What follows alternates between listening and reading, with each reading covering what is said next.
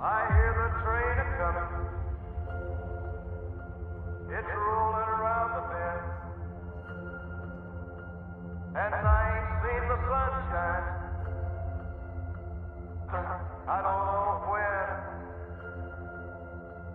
I'm looking for the present, and time keeps dragging on. But that train keeps a-rolling. All down to San Antonio. All down to San Antonio. When I was just a baby, my mama told me, son, always be a good boy. Don't ever play with guns.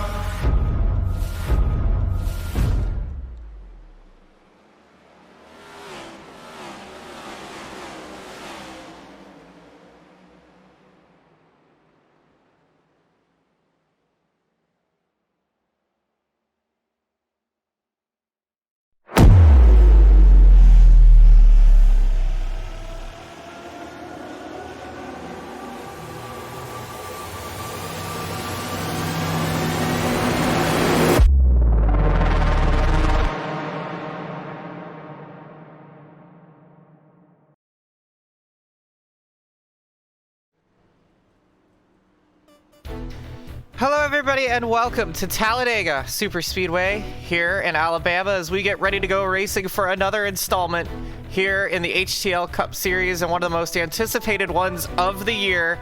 Everybody circles their calendars on these specific events. It's a Superspeedway showdown here at Talladega on Hallows Eve as we get ready to go racing once again on the high banks here in Alabama. My name is Kristina Ryan. Thank you for joining us on a Monday evening. Alongside me is not my usual compatriot of Carmen Sienna. Tonight we have a man from up north coming down south to join us tonight. It's Keenan Kusan joining us in the booth tonight. And Keenan, you come from a lot of backgrounds. You've done a lot of racing.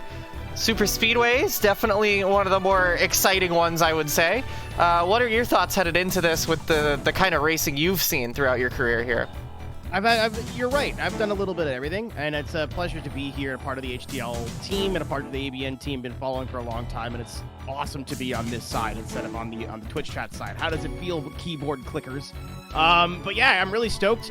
Really good Super Speedway race is something that is a few and far in between, as we are just getting ready for single car qualifying here in HTL.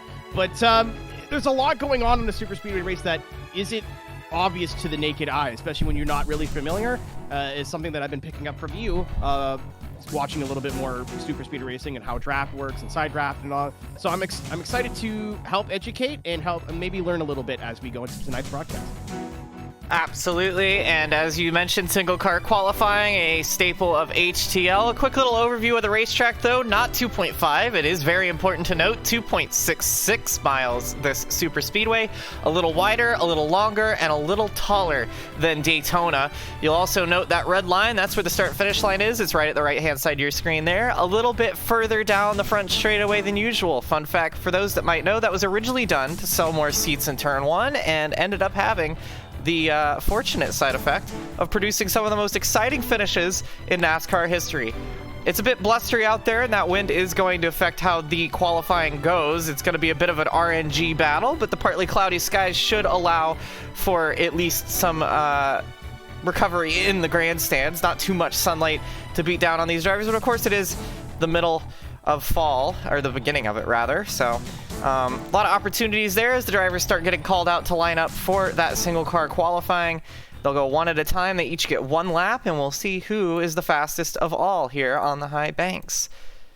So while they line everybody up and get things ready, we're staring down at the front stretch into the pit entry, so you'll see them start lining up. It should be an exciting one.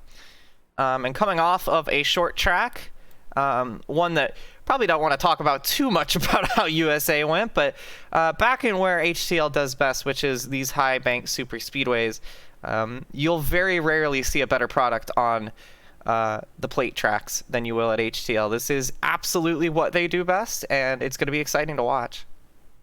Yeah, it's a real privilege. Everyone's been really hyping up this race, and watched a few HTL races from the stands here at Super Speedways. It's very all or nothing. Everyone's really eager to win. Everyone knows what's on the line here in this series. So it's going to start all here with single car qualifying. It's a little bit different than what you're used to if you're just familiar with the general iRacing service. They are going to go one car at a time. Each driver gets one lap, one chance to get it done, and either you are to the front of the field and having an easy night, or you'll be at the back with the squirrels, as one would say. But first car out on the track right now, Kristina, is the number 01 of Callie Height. Yeah, we used to see her in that pink and white number 66 machine, but now getting a seat in the 01. A little bit of shades of Regan Smith, who, of course, was snookered in 2008, went below the line that Callie's currently below in the fall race here.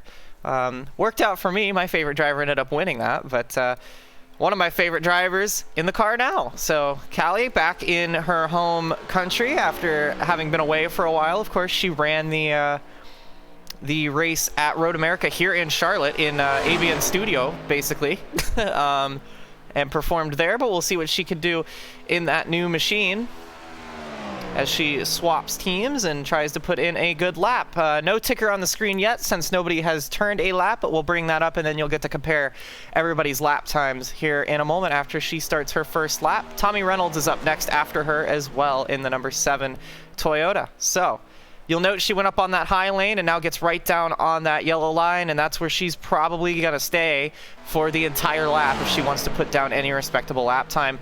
We see a lot of the speedways and short tracks, different lanes, meaning different things, but it's pretty straightforward here, Keenan. Yep, just get to the bottom, stay to the bottom. Nice smooth steering coming off the corner. Obviously, it's not going to really matter here on the back straight, but what you're going to want to look for here, and this is what's going to make the difference here, is just nice, smooth inputs on the steering wheel in 3 and 4. You're seeing Callie ride close to that yellow line, doesn't really want to get near the apron. He bounced off the apron. That is going to just be bleeding time as she still holds the bottom here. Nice smooth exit. Maybe could have opened the steering a little bit more, Kristina, but she heads towards not where the finish line is in the trial at Daytona, but here going into the entrance of turn number 1, and Callie Height is going to set the first lap time of a 53.169. A very nice way to start qualifying. Yeah, absolutely. And you'll see Reynolds actually not in the 7 this week, in the 96, so excuse me, in the Aero Racing Toyota. But yeah, it is, you'll see Reynolds is 5 seconds slower. That's not his actual lap. He was further back in the pit boxes. And actually, since they cross start finish line, you'll see most drivers, when they start their lap, they'll have a lap time set. So this is the representative lap now. And across the line, Reynolds is going to go 200ths faster than Height. So he will leap over her, and I believe it's Seth Wansing out next. So I think they're launching them 2 at a time tonight. Would make sense. It's a big, long track, and it's an easier way to get vehicles out there and warmed up, so we're not spending a bunch of time waiting around as 2 machine, who is not the 2 in the sim. That's going to make my life easy. Can you tell I've never been here before? It's okay. Even if you have been here at HTL, it would not be beyond all reasonable doubt that there would be different drivers. But yeah, Seth Wansing in the 2 car, which is his normal car, but he had a little oopsie and stole old Blake Henderson's number in the sim. So he's coming up on our monitors as the 25. But he is in the 2 car, so don't let that be mistaken. He's in the High Noon machine. I guess you could say it's the Blue Deuce, but not quite as blue as the old Miller Lite machines we're used to have seeing with the Rusty Wallace era, or Kurt Busch, or Keselowski for that matter. But Wansing comes across again. That lap is not representative. That is his out lap, so this is the lap that matters and is going to put the bread on the table. We'll see what he can do. Angel Santiago also on track in the 42 machine. We'll see if we can pull up the track map so you can kind of have an understanding of where they are launching those cars, as Santiago should appear on the leaderboard now, and he does. Had a faster outlap, but that's not always a good thing. Yeah, I think the idea here is to run that high line, build that speed up. Normally what you would see in 2-lap qualifying, which is what I think a lot of you who might be tuning in for the first time might be used to, you don't have that whole first lap to get wound up. So I'm wondering if that's going to play a difference in times, if you don't get that entire first lap to completely build that speed up. And it doesn't give you a lot of time to just get ready and to clear the cobwebs of the head, too, as we're riding along with Seth Wansing coming over the line. And that is a 53.193. So Reynolds still going to be top of the board, but not by much.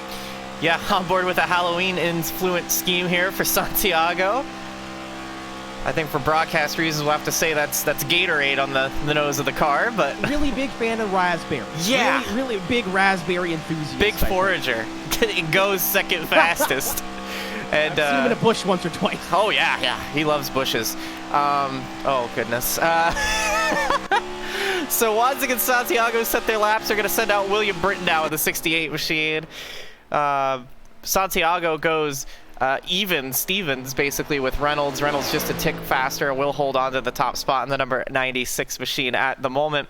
But you'll notice already only a half a tenth between the 4 drivers that have gone so far. That is not going to be an uncommon sight because, of course, with the line being so predicted, everybody knows what they need to do. The only real things here is how smooth your inputs are and what the weather's doing. We'll need to keep an eye on this throughout the session. Don't mind that pressure. I think the world would be exploding if that was the actual unit, but you're gonna want to be watching at that wind speed and direction. Currently sitting at about 8 miles an hour, and it does change direction quite frequently. So this is going to have a large effect on these drivers.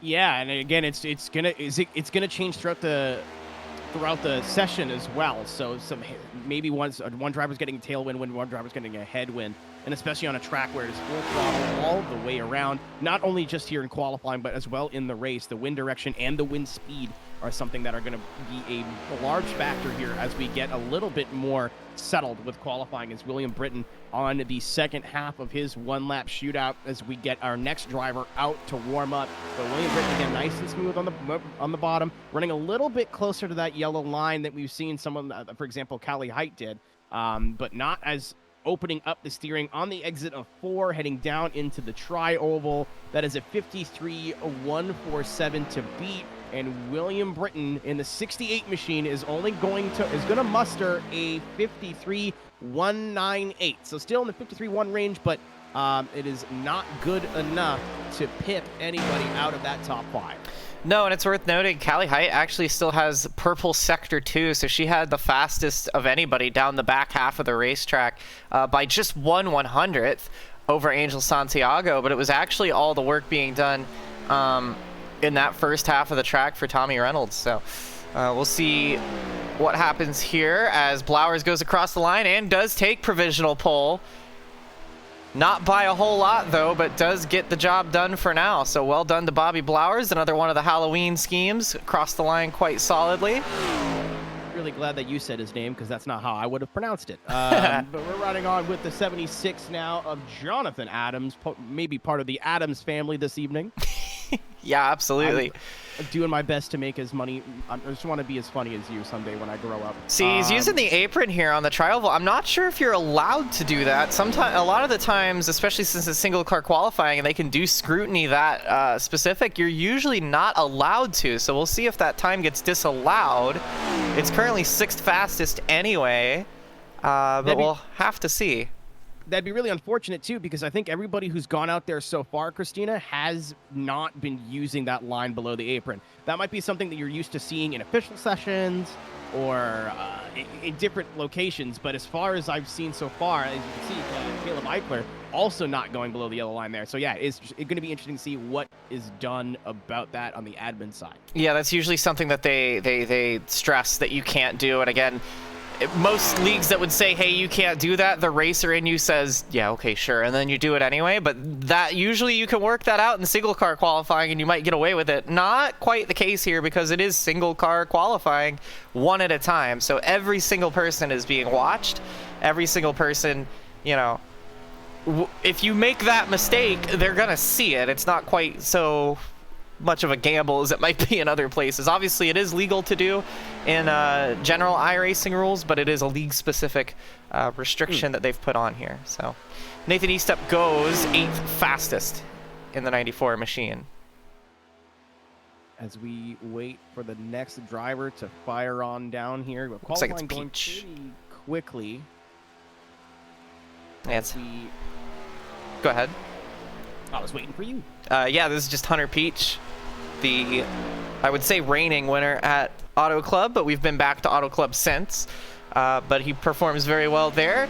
Not quite the same track here, but it is just about as wide. So we know Peach has been getting stronger and stronger every week. So interested to see he was a little bit higher up in 1 and 2 than we've seen some other drivers tonight, and wondering if that extra momentum is going to pay dividends down the straights. As 181 miles an hour down the back straight here at Talladega, hitting into turn number 3. So you see much higher on the track as we've seen from other drivers. Is this going to cost time or gain time? Is probably the biggest variation in line we've seen so far, as heading down into the tri-oval once again, start finish line just on the exit of the tri-oval, heading into turn 1.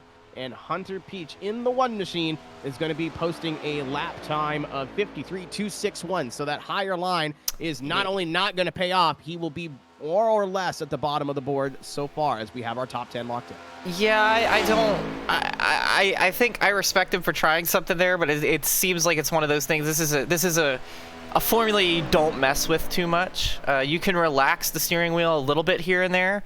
And that does help, but to be anywhere but on that yellow line is a bit, you're just kind of hurting yourself. But hey, he's trying things, and we can't fault him for that, as Josh Arnold goes 4th fastest, a really solid lap for him. Yeah, it seems anything in the 53, the low 53 ones are going to be eating pretty good tonight if they can muster it, as I think the 64 now, if I can. Well, interestingly, I think we have. I'm not sure if this is I'm not sure if this is an issue on my end with trading paints or an issue on communication of drivers, but Dylan McDonald is here. And is in the 96 machine, which we just saw Tommy Reynolds run 2nd fastest in. So interesting. You're not seeing deja vu on Hallows Eve here. This is more trick than treat. The 96 machine back on track with Dylan McDonald behind the wheel, and he is qualifying that car. So, yeah, Tommy Reynolds in sim registered as the 7th. So I think there might be a miscommunication on liveries there. Yeah, I think so. But I guess Tommy Reynolds in the backup car. McDonald goes 10th place in the 96B.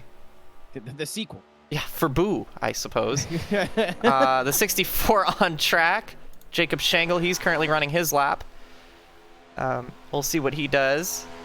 He opens up the steering there a little bit, Kristina. That's something that I haven't seen a lot of people do, at least so far. Comes up the racetrack. He's going to cut right back down again. Maybe going a little bit too high there. But, yeah. That is something that I learned from you and some other really good super speedway drivers, is not just to hold it on the bottom. You kind of want to open the steering up. It does not pay off whatsoever, as a 53.4 is going to put Jacob Shangle. I mean, a lot of these drivers too may be intentionally, I don't want to say tanking, but intentionally qualifying a little bit slower than they can go. I've obviously never raced in HTL super speed race before, but even in official, you see a lot of people dropping to the back pretty quick. So I think a lot of people maybe just opting to put the car towards the rear of the field, kind of miss a lot of the early race chaos, and that is manifesting itself in some wackier lines and choices in qualifying. Well, a handful of drivers are racing to make sure that they're locked into the show, so I don't know that you'd want to do that. But yeah, you want to open the steering a little bit for maximum speed, but like you see how the 99 kind of faded up about a half a lane. See, he goes 6th fastest. See, that's the way to do that. That's you want to let it open up a little bit. You notice how Boone's up about a half a lane here. Letting it, I guess the general rule of thumb is let it go up about a half a lane, maybe a quarter of a lane. But in the corners, like Boone's losing time right here. He's not got the left sides right down on the yellow. He's giving away time. Letting it fade up here is not a bad deal, but what we just saw out of Shangle, where he's letting it go all the way to the wall, all the way back, it takes too much distance to do that, which we're talking inches and feet here. It's not a lot, but when you look at the leaderboard here, the whole top 10 within half a tenth. Boone goes 3rd fastest. I think he could have got pole had he stuck it down there, but still a really good effort. But that's the balancing act, right? Because how close can you get to the yellow line without hitting it? Because if you hit it, your lap's over. So yeah, and then it's especially those who maybe don't have the equipment. Single monitor is a little bit of a disadvantage when it comes to that. I mean, if you drive the Cup car lot, obviously these drivers do, you're really comfortable in just kind of mentally filling in that gap. But the difference between running a 2 and just being at the back of the field, and running a 5 or a 6 and being at the trailer a little bit earlier than you expected. So, yeah, I think maybe just, especially with this one lap, you don't get a chance to, get towards that apron, maybe nick it and go, okay, well, I could try again next lap. There is no second chances as Gary Donaldson now firing down the back straightaway. Yeah, it's got to be perfect, and that's kind of the sweat, We still have 3 uncharted drivers left to qualify, so there will be drivers going home. But it would appear that Bobby Blowers for sure is locked in, considering he is pole sitter. So good on him.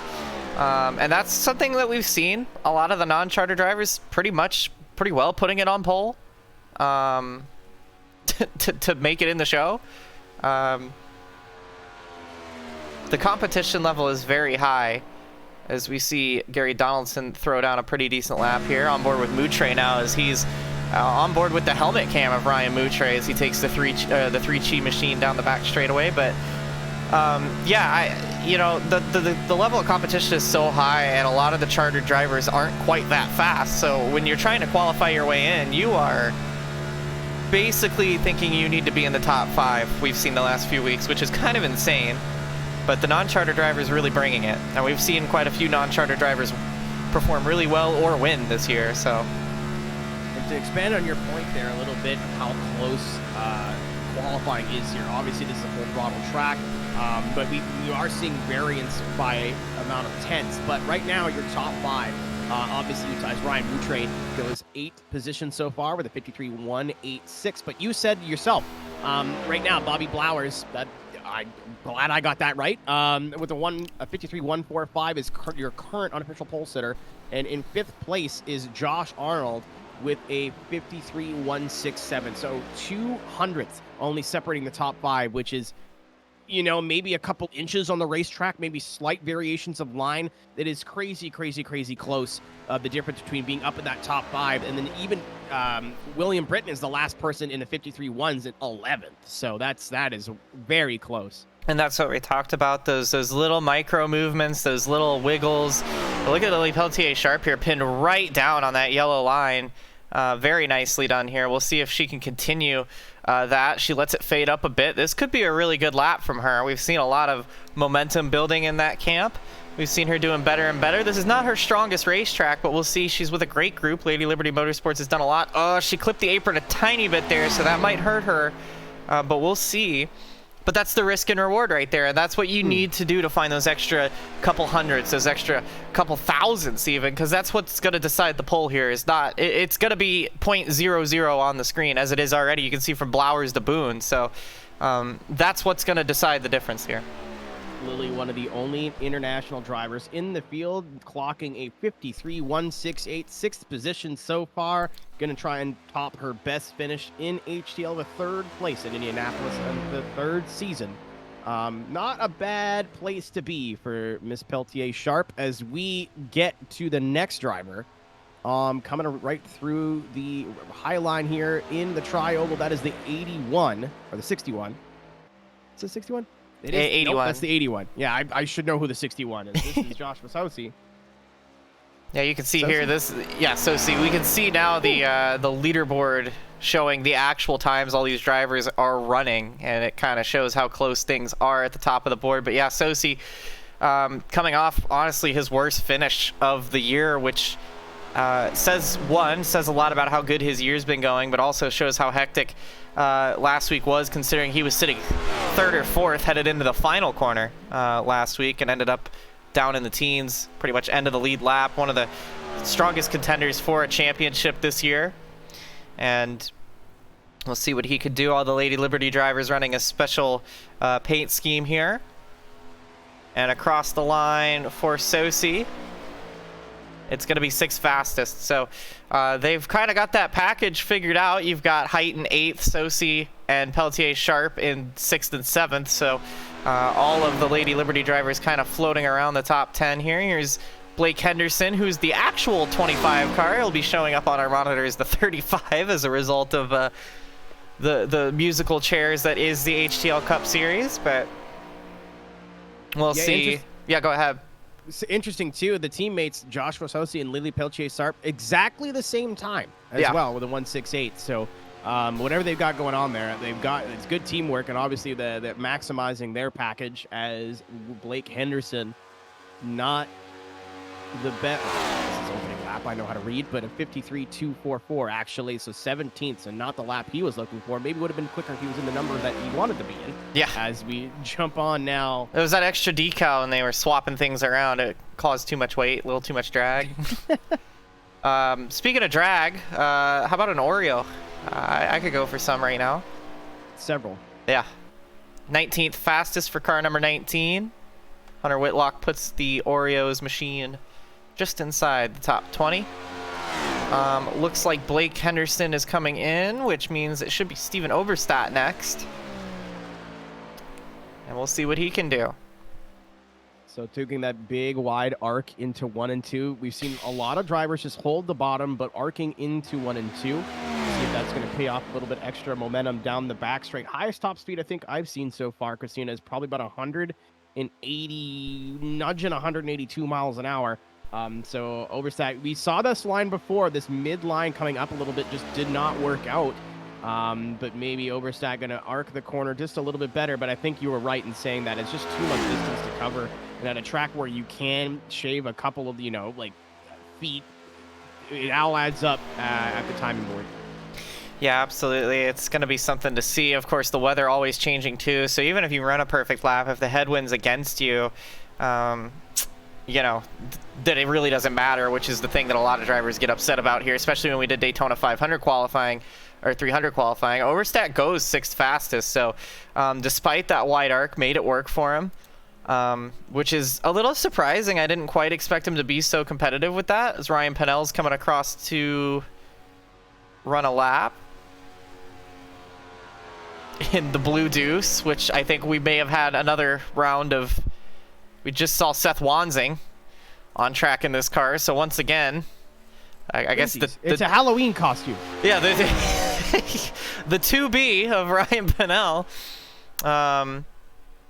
But we'll see what he does down the backstretch here. But yeah, I'm interested to see that Oberstadt put down such a good lap. But I will say that big arc into turn 1, you can get away with that a little more because you're building all that speed. And as long as you let the car drive itself off into T1, you can get away with that a little bit. So it's not something you'd want to do into turn 3, but off into turn 1 it works. So because you cross that start-finish line, you're already at the top of the track. You don't have to move the car up to the top. You're already there when you start the lap, so you can kind of cross back down.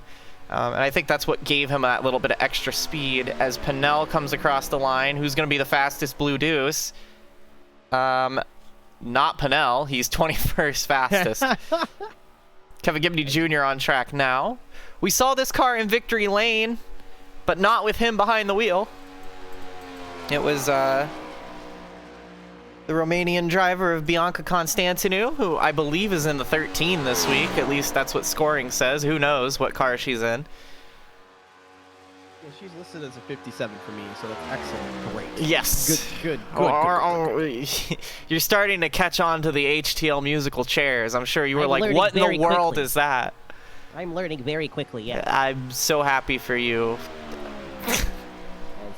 Learning Kevin Gibney's time, that's going to be 53.251. Again, if you're in the 2s, I think you're not going to be looking towards too high on the board. No. As now we jump on board with, I believe this is the 50 machine of Lilac Zier. Yes, and it has been the, it was the late summer surge, but now it's the freaky fast fall. The awesome autumn. While we're at it, or? Yeah, we'll get some.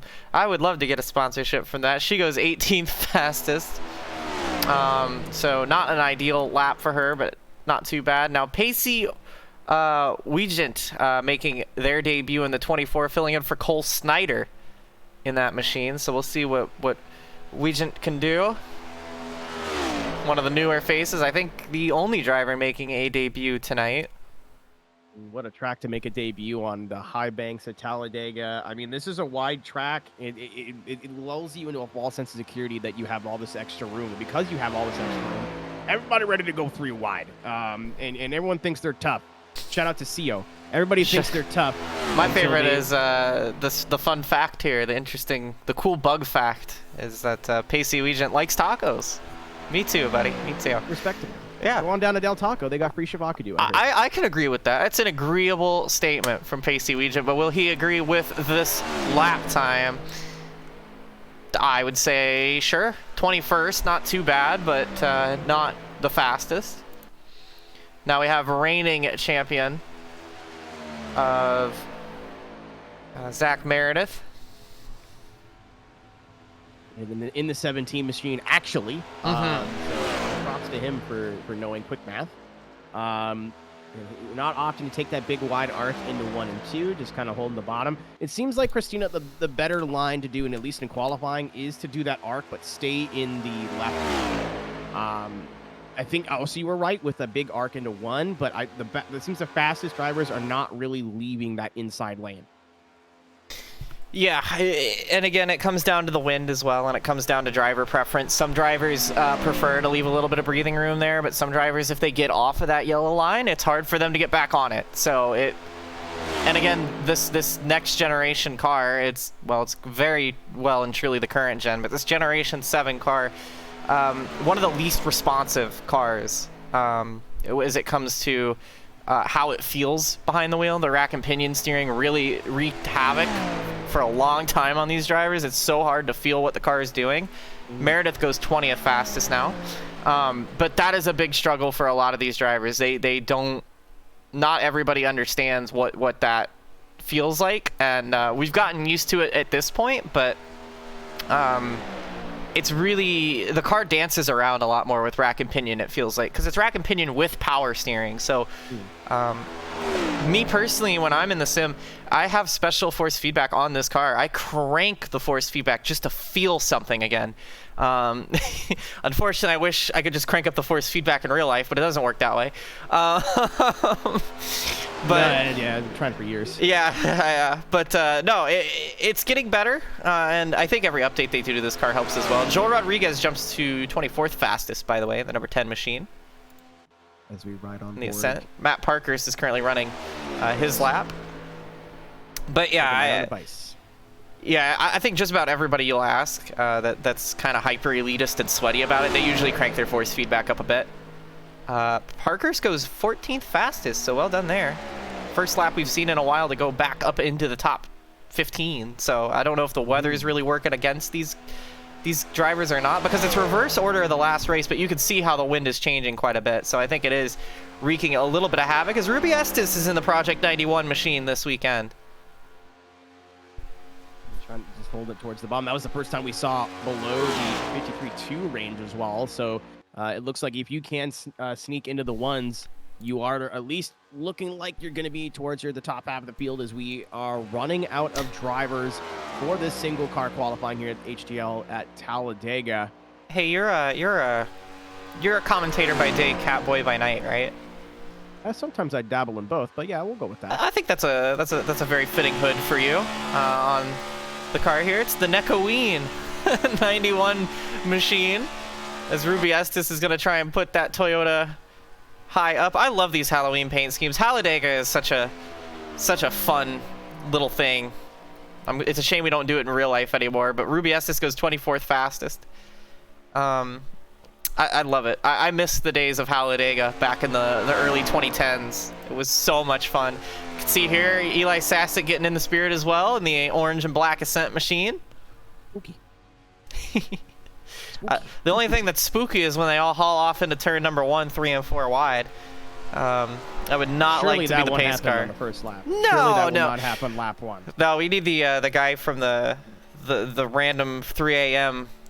A fixed hosted session to tell them all no 3 wide till the backstretch, and then HTL the Spooky Digger got a pit, no 3 wide for 3 laps now. No. You gonna be careful. we ain't They're mad at you. hauling milk. I don't know why I was John Madden there for a minute. I'm going to car the track and driving around the track. Go to stop it and shut the lane. Yeah, we're being broadcasters for Halloween. We don't know what we're doing, actually. We're just we just thought it'd be cute. Not an idea. We're just sitting in a Discord call, and then there's graphics. I have no idea. I guess we're getting paid for this, right? One of us is. Yeah, so Sassick across the line in the Ascent machine. Something about unpaid internships. Yeah. Peak America. 16th fastest for Eli. All eyes now on Bia Constantinu as she is, I guess, in the 57, in the 13. It is the 57 this time. So woohoo! She, one more cosplayer. Although this is the car that she was driving, the 31 of Kevin Gibney Jr. When she won at Road America, but the broadcast was showing this car, so I guess Trading Paints hates her.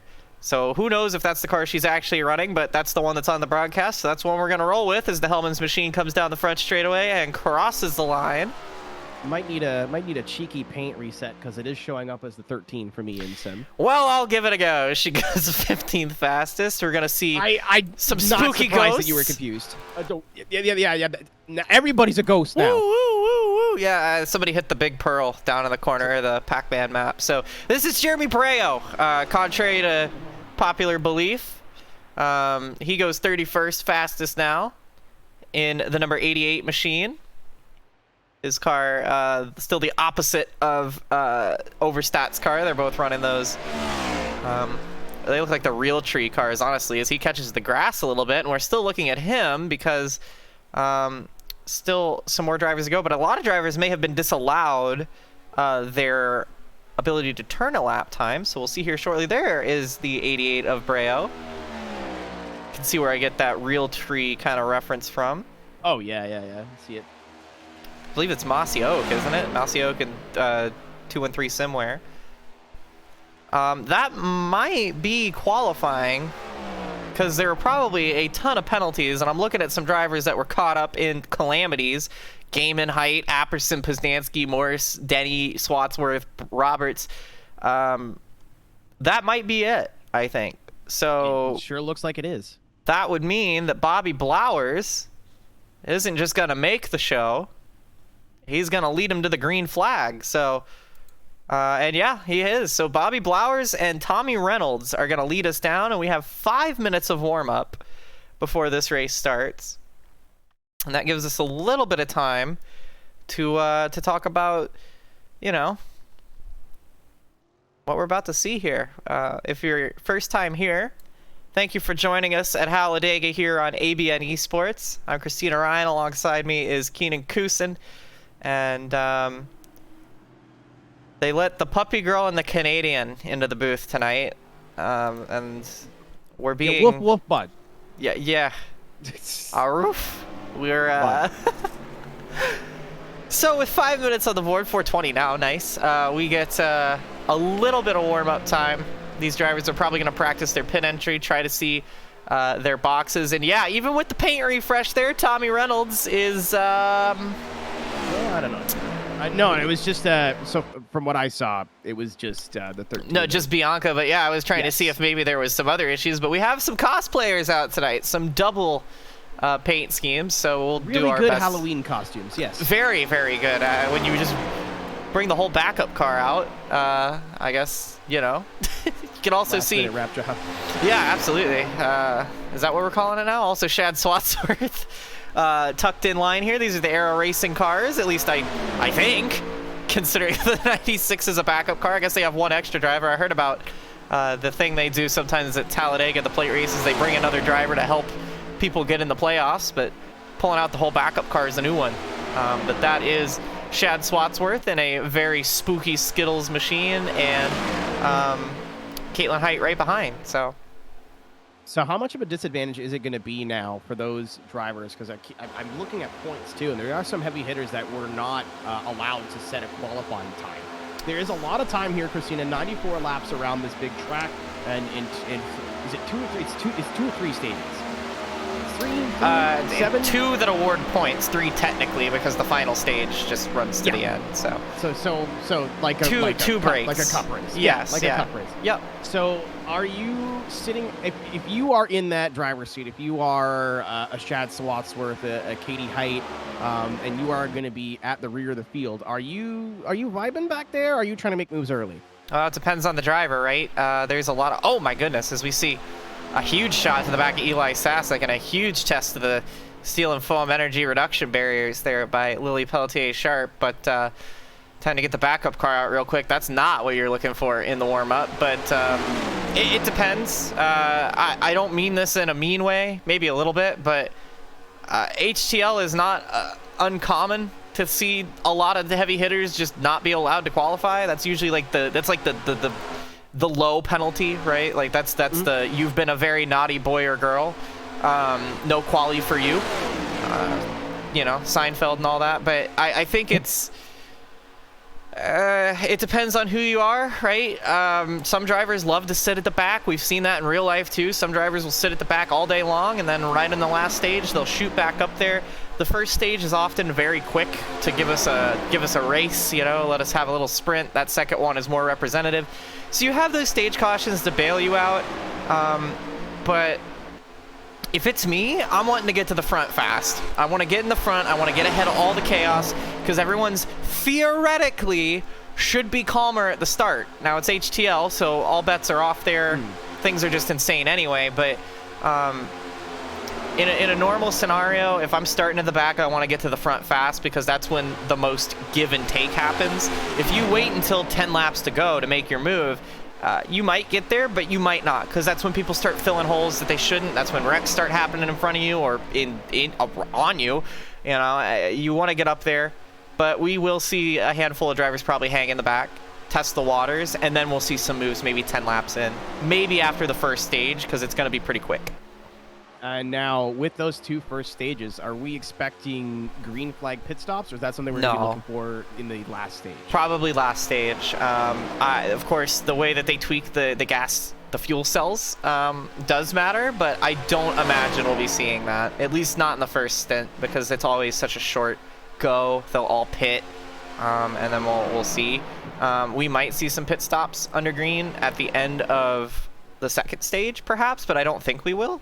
And of course, it's just Talladega. I feel like we'll see a caution at some point. So I feel like if we're going to have green flag stops, it'd be at the final stage. And it probably would only be one. But, you know, with the way they tweak these cars, the way that the setups change, the way it's really big variables all the time. So, but we'll see. We don't have to wait a whole lot longer to find out how this one's going to go because they're getting ready to go racing. And we will have a look through the starting grid right about now. So, Keenan, it's your first time here, but we are so glad to welcome you into the booth, and we're so glad to welcome all of you into your TVs, your phones, your homes here on a Monday night as we get ready to go racing at Talladega, the spookiest race on the HTL calendar. We're here at Talladega, 2.66 mile racetrack. It is a hot day on the racetrack. It's nice and cool in the grandstands, but it is windy and blustery, so those are things we're gonna have to keep an eye on. This track, of course, historic for photo finishes, big crashes, and some sport-changing moments, for better or for worse. We saw qualifying, but you'll see the results right here. Of course, some drivers that are going to be on this list not making the show, but this is how they went in qualifying. Bobby Blowers making his way into the show on the front row alongside Tommy Reynolds, Matthew Boone, and Angel Santiago behind them with Josh Arnold, Steven Overstat, Josh Sosi, and Lily Pelletier Sharp. Callie Height and Elias Flores were 9th and 10th, with Moutre and Wanzing following them. As we look a little further down now through the grid, we get John Adams and Mark Parker, Bia Constantinu, William Britton, Eli Sasek, Nathan Lehman. Then it's Estep and Donaldson, Zier and Henderson, Meredith and McDonald, then Pacey Wygant and Ruby Estes, followed by Hunter Whitlock, Joel Rodriguez, Ryan Pennell, and Kevin Gibney Jr. Outside of the top 30 from qualifying was Jeremy Breo, Hunter Peach, Caleb Eichler, Jacob Schenkel, and then some of the drivers that were very naughty boys, girls, or otherwise. And we'll be starting from the rear. Katie Height, Bren Roberts, Connor Morse, Shad Swatsworth, Zach Apperson, Scott Poznansky, Josh Gaiman, and Alfred Denny, all in the doghouse after the events at USA Speedway. But here we are now, the field rumbling around. It's the calm before the storm. I almost said who's going to be naughty or nice, but that's the wrong holiday. It's going to be tricks for some and treats for others. But it's going to be a fun one to watch, nevertheless, Keenan. how is your intensity level headed into this? Because this is probably one of the first times, at least in a while, that you've been at a super speedway race in the booth. What's the intensity like for you? The last time I watched a super speedway race was after a couple beers, and it was bottom splits. So I have not seen people who have a modicum clue of what they're doing at a super speedway race from this point of view in quite a long time. Really excited to see how the race kind of develops, because usually what these happen in these super speedway races, there's like a plot, there's lore. Either everyone kind of settles down and you see, you know, some people trying to move to the front, some people moving to the back and chilling out, or there's just a ton of wrecks, or there's some sort of in between. So I'm excited to see what happens here in this first stage and how all these drivers kind of get acclimated with full throttle, near 200 mile an hour racing in a 4,000 pound, what could be, you know, cage. I was thinking of another word, and then my brain stopped working. This is known to happen. So the lights are off on the iRacing pace car. Yes, so just a quick thing to note, it looks like Lilac Zero opting to start from the pit lane in the number 50, so the 36th runner is going to be her. Ruby Estes, William Britton, John Adams, Seth Wansing, Callie Height, and Caleb Eichler, those who failed to qualify. Those are the 6 that are going home early, so you can remove them from the leaderboard that you just saw there on the grid. Unfortunately, it doesn't sort that out for us, but Zier starting from the pit lane. Don't think there's an issue on that number 50. I think knowing Lilac's kind of approach to these races, I think this is very much by design for the Stepping Stone driver. But up front, it's Blowers and Reynolds. Lots of things to keep an eye on here, of course. The big one, it's not a matter of if, it's a matter of when. And in most recent years, both in real life and in sim racing, it's a matter of how many. Of course, these drivers are going to have to keep their head on a swivel and their eyes both ahead and behind. Mirror driving going to be a big part of tonight's race. Side drafting going to be a big part of tonight's race. These are all terms that if you're not familiar with, that's okay. We'll explain it later on as the race progresses, but we're in for a treat. These drivers, maybe not so much, but get your candles out, get your pumpkins out. We're getting ready for a spooky installment of Talladega racing here from HTL. Thank you all for joining us here as we approach some very, very high numbers. We, again, want to thank you all for being here. Carmen, if you're watching, hello. Hope you made your travels safely, of course. That's why Keenan's had the opportunity to be in here. Carmen, Carmen on literally on business had a nice opportunity pop up. So we hope whether it's from your hotel room or in a parking lot as you're eating dinner, thanks for checking in on us. If you are, if you're watching on the broadcast rewind, why weren't you here live? You missed a banger. Blowers and Reynolds into the Geico restart zone as we get ready to go racing here. The intensity picking up, but the green flag is out and we are underway. HTL racing from Talladega. Clean start from everybody so far. I don't really see anyone jumping for that third line as we head down into turn number 1. Again, gonna see if there's anybody from the back trying to push their way forward. I really think, Kristina, if I was these leaders, we would just settle in, even if they're just still too wide. Just settle in, get comfortable. They don't really have anything to do here in this first stint towards, if they were looking for stage point, they should push as we do see a little bit of 3-wide action, a little bit of spreading out there towards the end of the field. Yeah, you could hear the spotter channels lighting up here as they head down the back straightaway. It's a busy day for everybody involved. Up on the box or in the car, 3 wide already in the middle, but it's Blowers with the advantage just by a couple of car lengths here, but they're trying to work up on that outside lane too. Pushing a little bit early as you see kind of just single file. Actually, the third lane is starting to develop here just a little bit towards the mid part of the field, but the top 5 just getting into a straight line. Not really needing to prove anything here, Kristina, just getting comfortable and settling in for what's going to be a wild 94 laps here from Talladega Superspeedway. Yeah, if this is what settling in is, I'm afraid for what's going to happen once we actually do get racing, because it is getting very intense in the mid-pack. You can see a couple cars off of the tail there just a little bit. I think that's Alfred Denny who's lost the draft, and Lilac Zero on track now after starting from the pit lane. But yeah, things getting a bit hectic. Now they're starting to sort themselves out a little bit as we get back to double file now, and now we're going to see 2 distinct lanes, and now we're going to start to see who can work their way up right now. I think That's the 94, if I'm not mistaken, of Nathan Estep it is, who is very experienced on these plate races. You see him trying to lean down just a little bit, get a little side draft, and try and get that outside line moving, but it's Blowers, Boone, and Arnold all line astern on the bottom.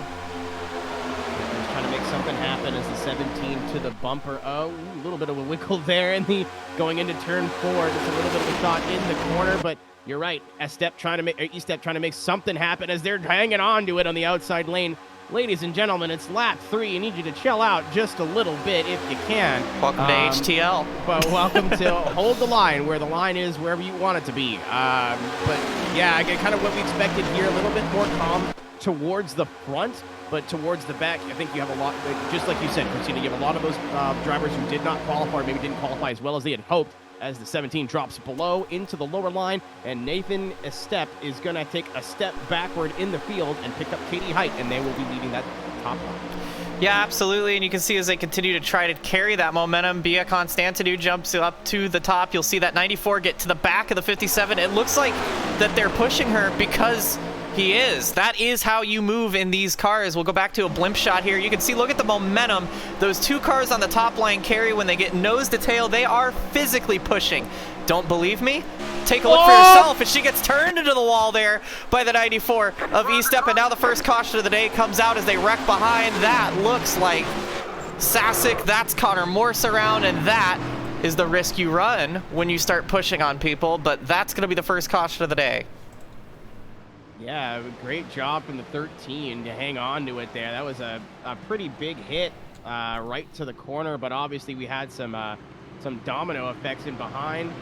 Hunter Whitlock getting into there. That was Whitlock. No, that was Henderson being a bit unhappy with Whitlock. I'm not sure what about, but I don't blame him. I mean, if we get a replay on this one, you'll see it. But the 19 getting forced below the yellow line and then just hitting the curb and lepaging right up into probably the worst person out there, Kristina, I'd want to run into is Blake Henderson. Yeah, I don't know. We were talking about though that pushing and shoving that these drivers were doing, and it was Bia Constantinou, the first one to get turned here. We'll see if we can go to the helicopter view because I don't know why I said it like that, but it should show us a bit of a better angle. So we were talking about how the physical push, we could see the momentum that these two were carrying, but see how that 94 gets off on that right-hand side? You don't want to do that. It makes these cars upset. This is why they dance around so much. 94 gets offset again. Either Bia couldn't hold the bump or the 94 just was in the bad space, and Bia smacks the wall. Now this is what happens behind though, is that everybody's going to try to react. You see at the top of your screen, everybody reacting. Connor Morse gets turned by the 96B. The 41 gets turned. And now as they're all checking up for Constantinou, everybody scrambles. You see the 10 car get clipped and go for a spin, Joel Rodriguez. Now they're all bumping into each other. There's what you talked about, the 19 of Whitlock on the bottom, below the yellow line, trying to avoid it, but it looks like he's going to just catch the apron and lose it. I'm not so sure. I think if I was him, I probably would have just held it left and hook. So that's why Henderson was upset, because now the 19 comes back up the track and kind of collects him. Especially with the caution, especially with the yellow flag, there's no need to try and force it back up onto the racing surface. Yeah, but I'm not so sure that was just him getting, because the momentum you carry through there is so extreme, and he's trying to just keep the car down. Look at this in real time. Watch that blue 19. He goes low, gets into contact, so he's already out of shape, and then he just clips the apron. It's just one of those situations. I don't think that was lepaging so much as just he lost it. I think the smarter thing, obviously, in hindsight, would be to just let the car spin, but he was just trying to hang on to it. So, you know, and that's the instinct, right? You have to go against your instinct to intentionally spin the car, because sometimes it is the better situation. But your instinct's always going to be, I need to keep the car moving. So, obviously frustrating for the 25, but... Yeah, and then Blake doesn't see that either, right? Like, Blake's just driving, going, hey, there's a wreck, I made it through, all good, and all of a sudden he's backwards. So especially with the connotation of everything that's happened in the last couple of races, I don't blame him for being a little bit upset, but I think he's going to watch that back and see that the 19 really did he was a passenger. Absolutely. Especially after taking a look at the replay. And that's the kind of attitude that's kind of been lingering over the field lately, is retaliate now, ask questions, and watch replays later, and that's why we had about half of the top runners not turning qualifying laps. So, you know, frustrations, tempers, they're going to flare 6 laps in. Definitely a little surprised at that, but Yeah, I mean, that's just one of those deals. I think Blake very easily could have made that same mistake. You know, but yeah. Yeah, it's competitive, and it's and again, I think a lot of it is trying to come into this race and just trying to keep it clean. You don't want to have. I think Blake's lucky that he's not going to have any major damage. It looked like he did get. There was obviously contact, but no contact with the wall, no high-speed contact, just a little tap to the left rear. So that car will still be clean, as we do have some drivers opting to head down pit road. Yeah, I think a lot of them did dip into the pit lane the first time around. I think some of them topping off just for, you know, whatever reason they feel. We'll see if we can pull up here what the last pit lap was for most of the drivers. You see the leaders here. See if we can pop this up. Yeah, so pretty much everybody from 9th back has pit on lap 5. So the top 8 have stayed out. Everybody else came in at least for a little bit of fuel. But yeah, I think that, you know, for Blake Henderson, there we go. Now we got the names actually working properly. You can see who pit and who didn't.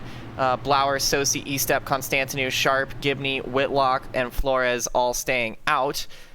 That's why a lot of them have gained so many positions. Blauer's being the leader, just wanting to hold on to that track position. But it's one of those situations that when you're one of the lead drivers in the league, I should say, one of the main people in the league. Forgive me, I'm trying to find my words here.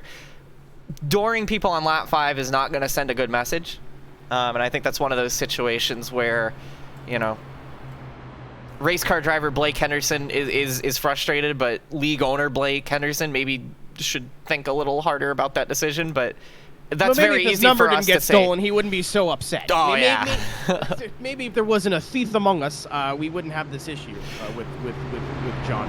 To be fair, though, that is also, it's easy for us to say that up in the booth when I know both of us have made those kind of moves before. So it's easy for us to say that up here, but that's what they pay us to do. So. I gotta pretend like I'm better than everyone else, knowing I would be 31st in this field right now. That's commentary, baby. You're right. It's the fast who get paid, it's the fast who, you know, get contracts, and it's the slow who sit in the booth and talk about it. So, yeah. As we see that pace car dip below the yellow line, we're going to have them double file here. Let's see if we can get a couple more green flag laps in this first stage. We head to the Geico restart zone, and it will be Blauer still in the lead here as we take the green flag.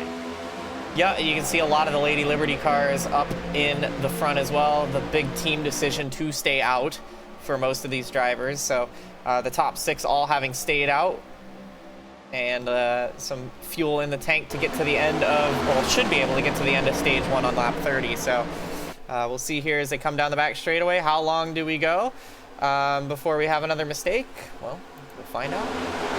As we can see, 4 wide almost in the back there is the 64. Jacob Shangle got shuffled.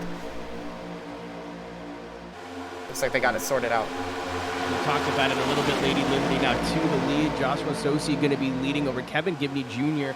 as we, again, trying to get this settled in the back. You have drivers trying to move up. You have drivers just trying to get to the line, their preferred line, and get settled. So a little bit sketchy here on this restart. But again, nice and smooth up at the front, and that's what all those front runners are looking for. Yep, they worked together. They did what they planned to do here, and now they're leading the field and ahead of the melee. So we're looking at the Daytona 300 winner. So victorious the last time we headed to the plate track, a Josh Sosi. The mail always gets delivered, but this is probably the first time he's not running a mail USPS machine. But you can see Kevin Gibney Jr. right on the back diffuser, and you can see actually a little bit of scrape. You can see the paint get scraped off of the 31 from that push. Great camera angles here, of course, illustrating how physical these races really do get. And when you look at these wide angle shots and you're thinking, why are these guys and girls, why are they scooting around so much? Why are they moving around? The air that buffers these cars moves them around so much. When you're getting physically pushed, that obviously is going to move you around so much. The wind still changing like it was in qualifying, but now instead of making cars go faster or slower, it changes the handling. There is so much happening. These cars are moving around so much, and it looks terrifying, but that is just how it is. If we go to mid-pack here and right on board, you'll see pretty much the same thing, but it feels calmer when you're in the middle of it somehow. As somebody who did a lot of watching of plate races, once I finally got my hands on the iRacing service and jumped on here and tried this, it was a rude awakening for how much these cars move, as you said, under load, under pressure, and it's not even always from getting pushed. It is the air moving around. It is the air pressure changing in between the cars. It is where you are on a tire wear too, which I don't know if it's going to be a factor in these 2 quick stages, but you start wearing out that right rear, you're not going to have the grip that you did before to move lanes and move around and make some aggressive moves. So it does look very easy on TV or on camera, but that's because you're watching some of the best drivers in the world take care of these racing machines. So get behind the wheel, see for yourself. It is a totally different experience to what the professionals make it look like, and you're seeing that right now, and how quick things can change. We had our leader, who was the 34 on the restart, has now dropped back to 11. So that is super speedway racing at its finest. Anything can happen in any amount of time. We also can see both the 96 machines lined astern. They're helping each other out if they're going to be in the same car. So that's who we were riding on board with, was Dylan McDonald's, Tommy Reynolds, and the 96B right behind him. So as they push each other. But yeah, Height, Constantinu, and Flores to the front of the field right now. And I'm interested to see that Constantinu, she stayed out after that first caution. She was the first car in the wall to trigger that caution. Apparently the damage not too extreme on that machine, as she tucks right in behind the 11 and is going to continue to push Height out to the front. Height, no stranger to being at the front in these races either. And you talked about Dylan McDonald really quickly. You want to know who won this race 1 year ago, October 30th? That would be Dylan McDonald as one car gets turned. It's a single car spin. It might not even bring out the caution, honestly, as Poznansky goes for a ride, gets it pointed in the right direction and keeps it going. Fantastic save from Poznansky. He will keep it going, and we will stay green. Ryan Moutre doing a great job to merge back into the field as well. I think everything from that minor incident might be cleared up. Unfortunate it gets spun really early, Kristina, but if you're going to have an incident, now's the time. That's all right. Any kind of wreck at Talladega where the car can still roll is a good wreck to have at Talladega. So if you're going to have one, that's the best case scenario, honestly. You may be off the lead lap, but you know a stage break's coming.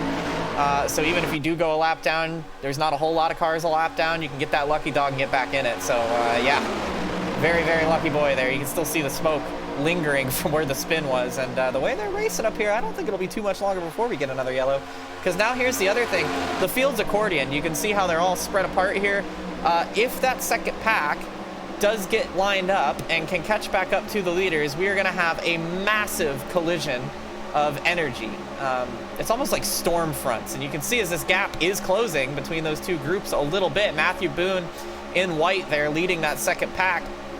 They're going to come with such a run and so much energy, that front pack can't even block it. So then it's a situation of where do these cars go? There is going to be a really big event that's going to happen here in about, I'd say a lap. Now expand on what you said a little bit on the beginning of the race. What you would do if you were one of those drivers who was put in the no-no box and had to start from the back, you'd get up to the front early. I want you to take a look at who's second place right now. Yeah, I want you to take a gander on who is pushing our leader, Kevin Gibney Jr. That is Caitlin Height in the number 11. And spent no time working her way up to the front. And Kristina, she's had good results on Super Speedways before and been in position to get great results in Super Speedways before. Can she find her way to victory lane tonight if she keeps this number 11 towards the front?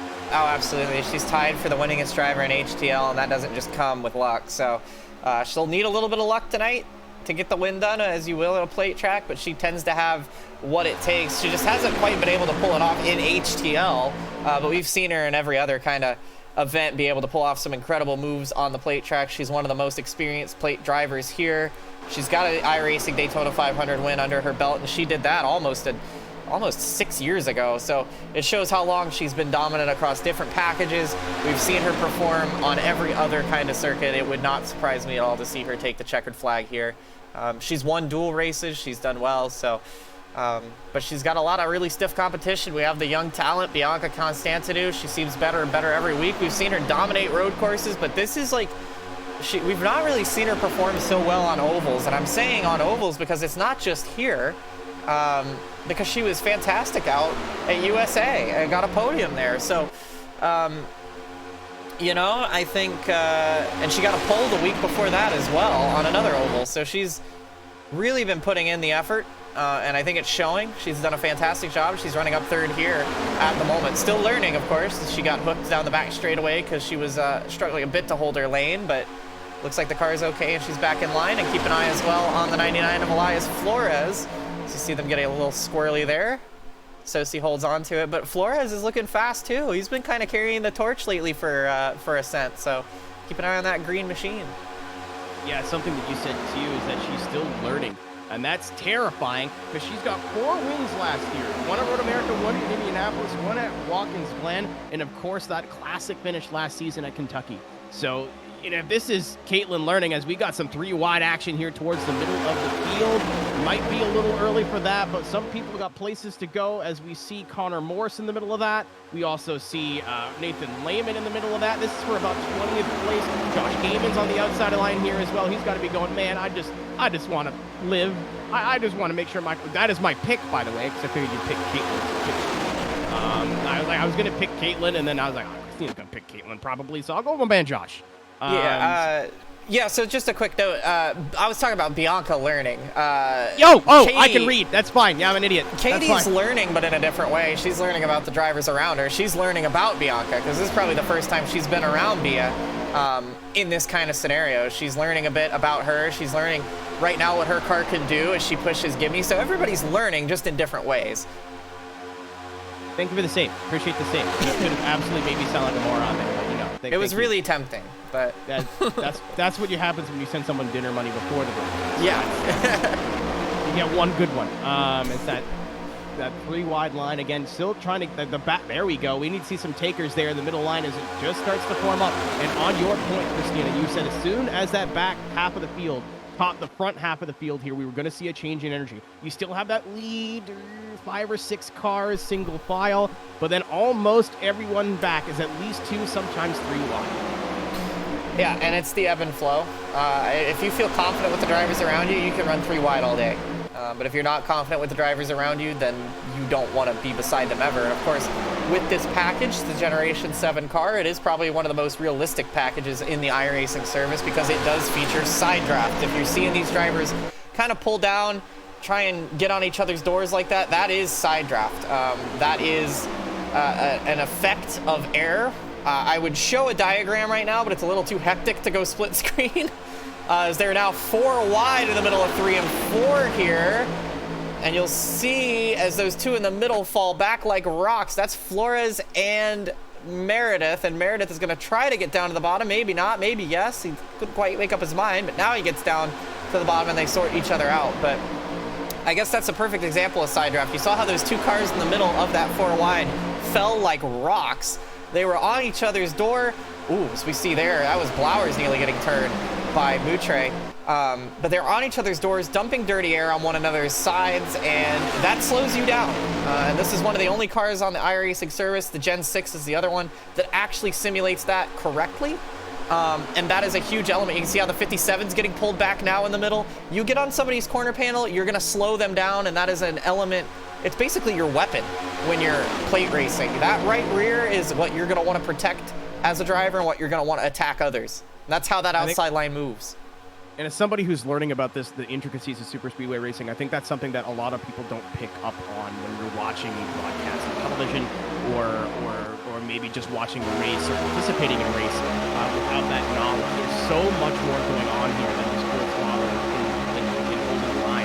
Obviously, you're going to need the bravery to run that middle line and be able to know where to put your car when it's time to move, but also knowing the tools in your toolkit, side draft, bump drafting, and everything that goes along with that. There is so much more strategy to a plate racing that comes across to the naked eye. Yeah, absolutely. We're watching it happen in real time right now. You can see the big tandem drafting from both the cars on the first and third lanes. They're almost triple tandying each other there. You call it the tandem draft when they hook up and stay hooked up. Gives you so much speed generated. You can see how the 31 of Kevin Gibney, he was second place coming out of turn 2. Now he's all the way back down to 8th. Trying to figure out what happened. You see nobody behind that 25 car now. He's going to fall like a rock. They're not so lined up on that inside, but now look at the 24. He gets a big run. Pacey Wygent, he pulls up to the top now to get a push for that 55. Now watch what happens with the 55 of Arnold. He decides to dump him. Moves, has too much momentum, doesn't want to throw that away on the back bumper. He's going to make a move for himself. Watch how that 55 gets down on that 96, or at least he should if he's trying to get forward. Well, that's not going to help things. Look, he goes. Oh, and he gets pushed and nearly gets turned. Good save there.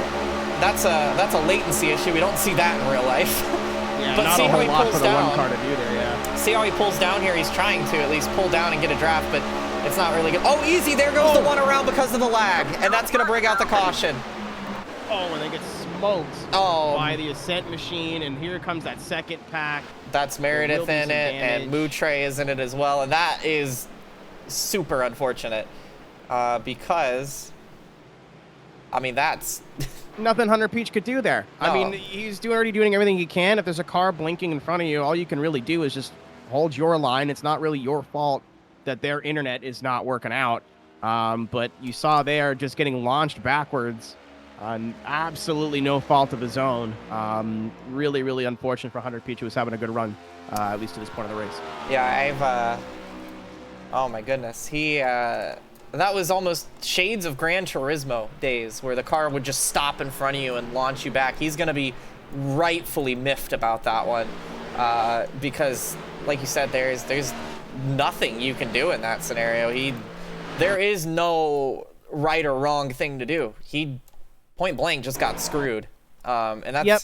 And Josh Arnold probably doesn't even know that's happening either, so it's unfortunate to him, because usually you would get out of the way when that happens, and nowhere for Meredith to go, nowhere for Henderson to go, and it's just double unfortunate because that's not a wreck your brain is ready to process, right? Usually you can see those little warning signs as you see Flores get into it.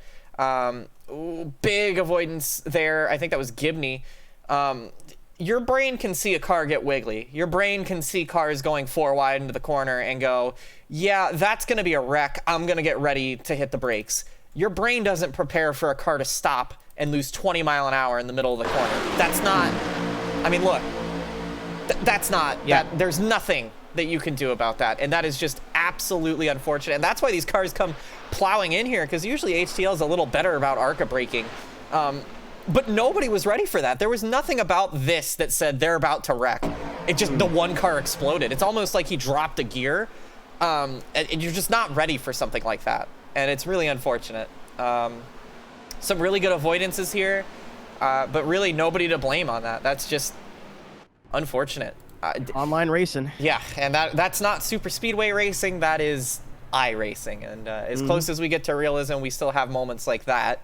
And it's a shame, but you find that in every platform too. Like it's just the unfortunate side effect of, you know, having 36 drivers all across the United States and the world. Well, like I said too, it's the Gran Turismo kind of glitch effect, because iRacing tries to mitigate that with the blinking, so that if you're jittery, you're not going to wipe out other cars. But sometimes it's not fast enough, and that's where that Gran Turismo effect. I think anybody who's played Gran Turismo knows what that is, what I say the Gran Turismo effect. It's when the car is shooting back and forth and jittering around, jumping up and down. It looks like it's, I don't know, it had an extra Vita gummy or something, but, and it blinked out for us, but for Hunter Peach probably didn't. So, obviously, because Hunter's not just going to throw the binders on. So it's, and there's nothing Hunter can't change that either, right? Because what's your option? You pull out of the pack and fall back to 30th? No, you can't just pull out a line like that, because then you put yourself in a really bad scenario. You're not, especially at the end of the race, you're not going to throw that away, and you can't stop pushing, right? So most of the time too, when it comes to that situation, you just drive through the car in front of you. Yeah. At least in what I've seen in iRacing, my own experiences, there's you're someone usually blinking, not the one who gets screwed. Yeah. Yeah, it's their problem. Yeah. Like, if I were someone, I see someone blinking in front of me, I'm just like, dang, that sucks for you. Because I'm not lifted. So like it's your internet, that's your problem. So that's like super, super weird wreck. And it's not like Hunter. It's not like Arnold is a serious blinker either. He's usually fine. This is probably something that, and that's another thing. People who blink a lot probably are aware. I mean, we called Blake Henderson Blink Henderson all last year because we know he blinks a lot. We know he has internet issues, and he knows that too. And he'll pull out a line. He'll do things to try and mitigate problems. We've not seen Josh Arnold do that. He may not have even known because there are situations you don't blink on your screen, obviously. So to him, he might not have even known anything was wrong. From what I heard in the drivers through the radio, Kristina, is I think that someone called it out in turn 2, and I think that wreck happened in turn 3. Exactly. And it's usually that first call is the, oh, I'm blinking. Let me keep an eye on he's probably looking at his quality bar. He's looking at his latency, his ping. The first call out is not get out of line. It's, hey, you're blinking, by the way, just so you know. And that as a driver, when you hear that, you leave a little extra space. You maybe not make any crazy moves. You kind of just hang out. And he was leading the pack. He was leading that lane. He did everything right. He wasn't being erratic. He wasn't doing anything wrong. It was just point blank, literally nothing that you can do about that other than, you know. Yep. Tell you what, though, as somebody who's going to be really excited about that is the 12 machinist. Scott Poznanski was riding all by himself. 36 was involved in that earlier scenario. Will now be not only caught up to the field, but maintains his lead lap. So he doesn't have to worry about a lucky dog, doesn't have to worry about getting the lap back. He is just going to take advantage of the misfortune of others and is right back in the field. Absolutely, and that's a good call because we saw him go spinning backwards through the back straightaway. We mentioned that he would get back in this race considering he didn't have any damage, and now he is. So he's got it all to do. And it probably won't be done in the next 5 laps because the stage ends on lap 30. So we're about to get a little shootout. Got both the 96 cars on the inside lane there. You got Height and Arnold on the top. And the other thing, just one more comment on the blinking. We see Ryan Pennell in that high noon car blinking way more right now and no issues being caused. To kind of illustrate how an occasional blink here or there really usually doesn't cause what we saw there, and Arnold's totally fine now, so we'll see. Green flag in the air, 5 to go. Height gets a really good jump, and maybe too good of a jump, but I imagine she's going to try and jump down in front of her teammate and her teammate's out-of-body experience. Yeah, Height to the front of the field again. Super good drive from her, but she's got a long time to stay to the front of that field if she wants to go to victory lane tonight. Looks like everybody kind of settled towards the rear of the field. Not really seeing that 3-wide fanning out action. Do have some stragglers towards the back, but it looks like everybody got a nice clean start. Really funny you talked about Ryan. Blinked a little bit there. The outside line fell back, but it looks like he's right to the bumper of Josh Arnold as they try to make some sort of push on the outside. But Caitlin with the power of the 7 of Tommy Reynolds to her bumper. Is there anything that can happen on the outside line? They're a little bit too spread out, I think, Kristina, as we move in here to lap 27. 3 laps to go, but we hit our stage break.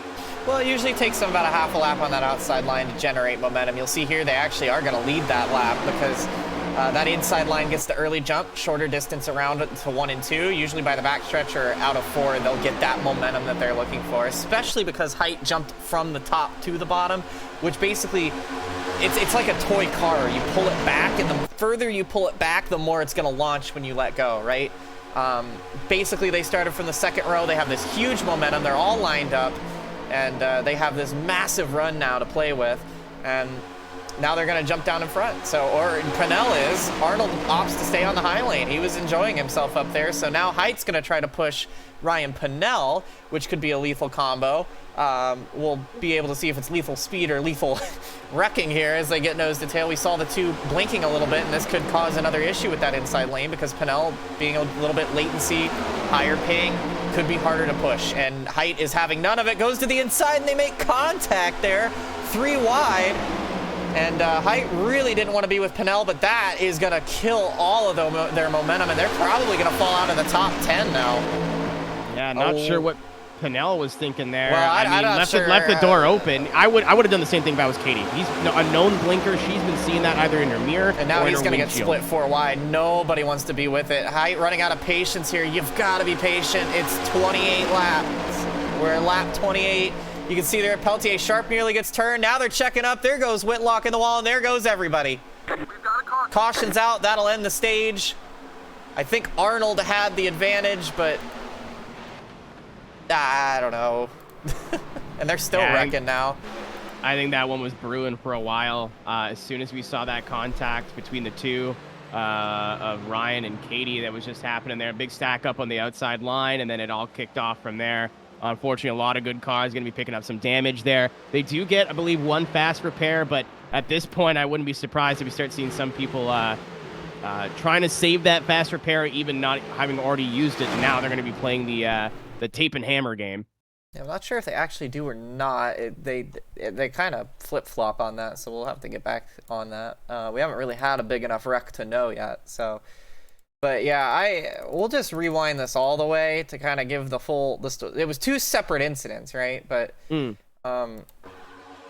go here and then go from the chopper cam. This does end the stage. Arnold, Gibney, Lehman, Denny Boone, Constantinu, Sharp, Wygent, Morrison, Pinnell. So top of your screen, the purple and white goes to the inside. Pinnell puts a bit of a late block. They get together. Height really didn't want to be. Height really didn't want to be behind him, and then he made a late move. So this just slows all their momentum. So you can see everybody trying to react to that. And then Height again there nearly gets sideways. Now I think he's going to get split in the middle and then come down late again. So it's almost like he couldn't quite figure. I think he's trying to side draft, but he quite couldn't figure out the lane. But while that's going on here, up front you'll see at the very top of your screen the 8 of Pelletier Sharp nearly gets turned by. They check up in front, and Gaiman gets into the back of Pelletier Sharp, and then he checks up, and now everybody's going to have to scramble a little bit. And then Gaiman's hard on the binders. Everybody checks up one another. Big accordion effect. The 19, who unfortunately has hit everything but the snack bar today, smacks the wall one more time, and there goes the rest of the field. We'll rewind that again because great job from Lilac Zier to take that shot. The 19 came in there with 2 heads of steam, and then Lilac almost looking like she didn't get hit at all.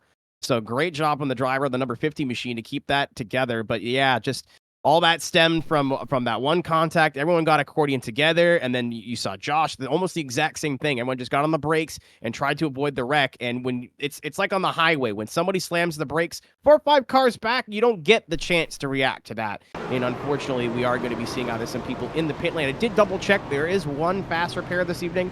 But obviously, there's still so much race to go, and it is Talladega. So you want to hang on to that fast repair as long as you can. Yeah, poor Hunter Peach just got involved in one wreck that had nothing to do with him, and now gets involved in another one that he really didn't have any time to react to. But you'll notice a few less cars involved in that one, though, because at least that one you could see it precipitating a little bit. It was the same sort of scenario, but instead of a car stopping dead, it was cars running over each other, and a lot more cars bounced off of each other. Only a few spun out, and even fewer with heavy damage. But yeah, you can see some drivers opting to hang on to their fast repairs and just repair the damage now, which is probably the smarter thing to do. You don't want to use that fast repair up until you absolutely need to. But yeah, with so much race left, I don't think there's a point, and it's hard to tell visually, but other than Hunter Peach, who's been through the ringer tonight, I don't think anyone there had super heavy damage. See a couple people opting to get repairs there. Hunter is back on the track. Zachary Meredith might even fall a lap down here if he doesn't get going here quickly. But everybody else back on the racetrack as Hunter just gets going. He is going to beat the pace car. But yeah, all 36 drivers still out there running. No retirements yet. But once you start getting that fast repair out of the pocket, which could also be why we see some people driving a little bit aggressive, is they have that confidence of, I've got one more reset. But you want to save that for the second stage, which we're entering now, and especially the third stage, because we will, if it goes green, we have green flag pit stops, and that brings a whole nother element to it. But unfortunate for those, especially I feel my heart breaks for Hunter Peach. The man has done nothing wrong in the last 20 laps, and you wouldn't believe it. yeah, it's just the way these go, too, because, of course, he gets involved in that one wreck. Now he's at the back of the field. Then they wreck again, and, well, you're behind it. So it's one of those deals where you can end up at the back of the field and never be seen again, because you can never get back up to the front, especially if you have damage. It's so hard to get yourself back to the front. But sometimes strategy comes to play, like what we see here, be it Constantinu out front, leading laps for yet another week here. So trying to continue that momentum. You can see pit a few laps before the stage break, so decides to stay out now. Most of the field opting to have pit at the stage break. And this is the other thing, the stage break going to be a bit shorter, because typically we should be under caution now. We're about to go green because we had that caution earlier. It ends the stage, so a few laps added to what you are expecting the stage to actually be. under green flag conditions. If you were kind of doing your in-head calculations, you'd be thinking, okay, we're going to go green lap 33, 34. No, we're going green on 32 now, and that could play a big role by the end of stage number 2. So. Yeah, again, a little bit of pit strategy there, but the stage kind of resetting it. We're going to see, maybe, it depends, but we might see more strategy there towards the middle of the 3rd stage, that final stage. But another 30-lap stage here as these drivers get wound up. We're going to see the pace car pull down pit lane here in just a moment. Bianca Constantinou going to be in the lead, in control of that inside line, with Pacey Wygant in the 24 leading the outside line. Who's going to get the jump? Who's going to take the lead here at stage 2? We are about to find out as the 2nd stage of the HTL at Talladega is about to go green. Yeah, absolutely. And why don't we crank it up here since we're getting ready to go green?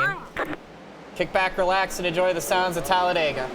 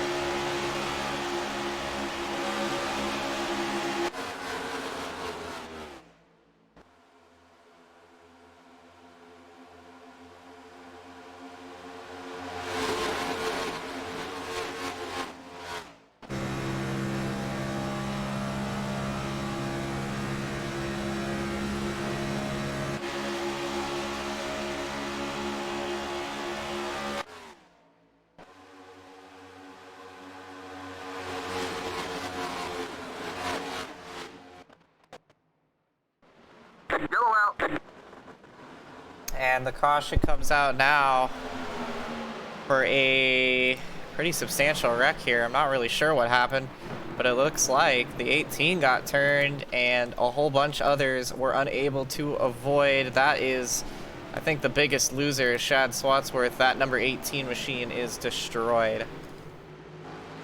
Yeah, I think that stemmed from about somewhere in the back half of the front of the field. Dylan McDonald, a huge run. The number 3 pulled out to make it 4 wide, and I think just made a little bit of an adjustment going into 3. It spooked the 96. The 96 came up into the 24, and Pacey Wygant, who was leading the outside line on the restart, is now backwards and with some heavy damage in that 24 machine. And you can see everybody kind of scattering here. Actually, this is the last crash, so forgive me for that. We're going to try and find the actual wreck. This was what brought out the last one. We'll go back to live pictures here while we try and pull that up.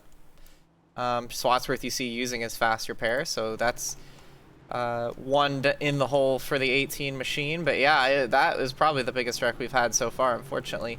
I'm not sure that we're going to get a good angle of it because iRacing had a bit of a panic attack there into the corner, but we'll see what we can actually get a good angle of here.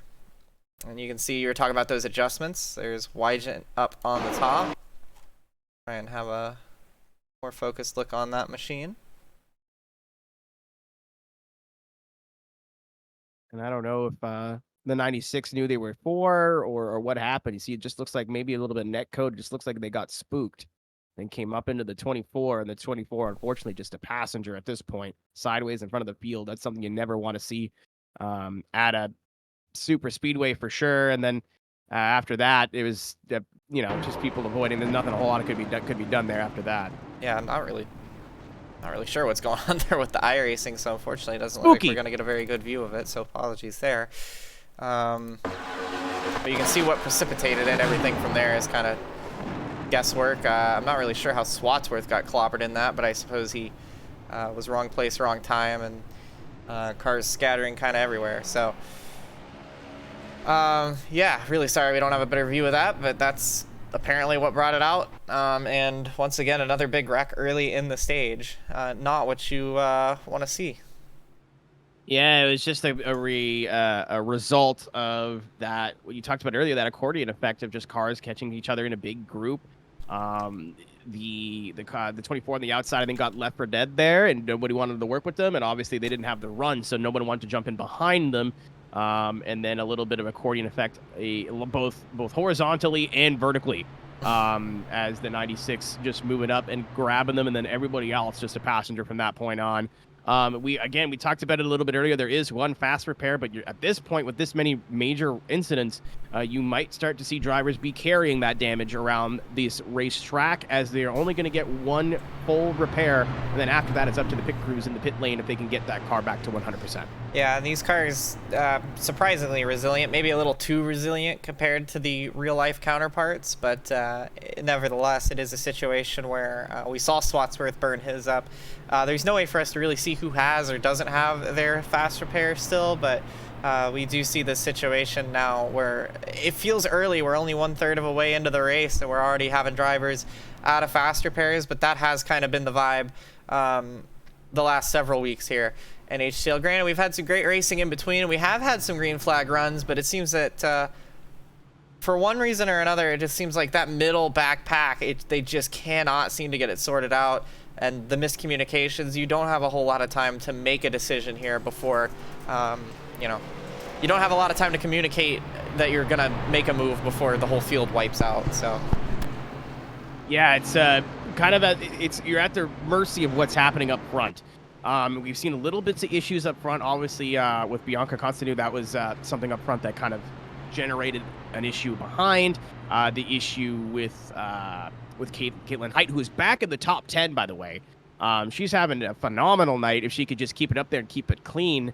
But yeah, we have some regular suspects up here as well. The Lady Liberty machines are doing their best to stay out of these incidents and stay towards the front. To your point, Kristina, we do hope that they can stay up here, stay clean, as we are lights off on the pace car, and we are gonna get back to green flag racing. It is getting a little heated on the racetrack here now, and I'm not surprised with that many issues this early on in the event.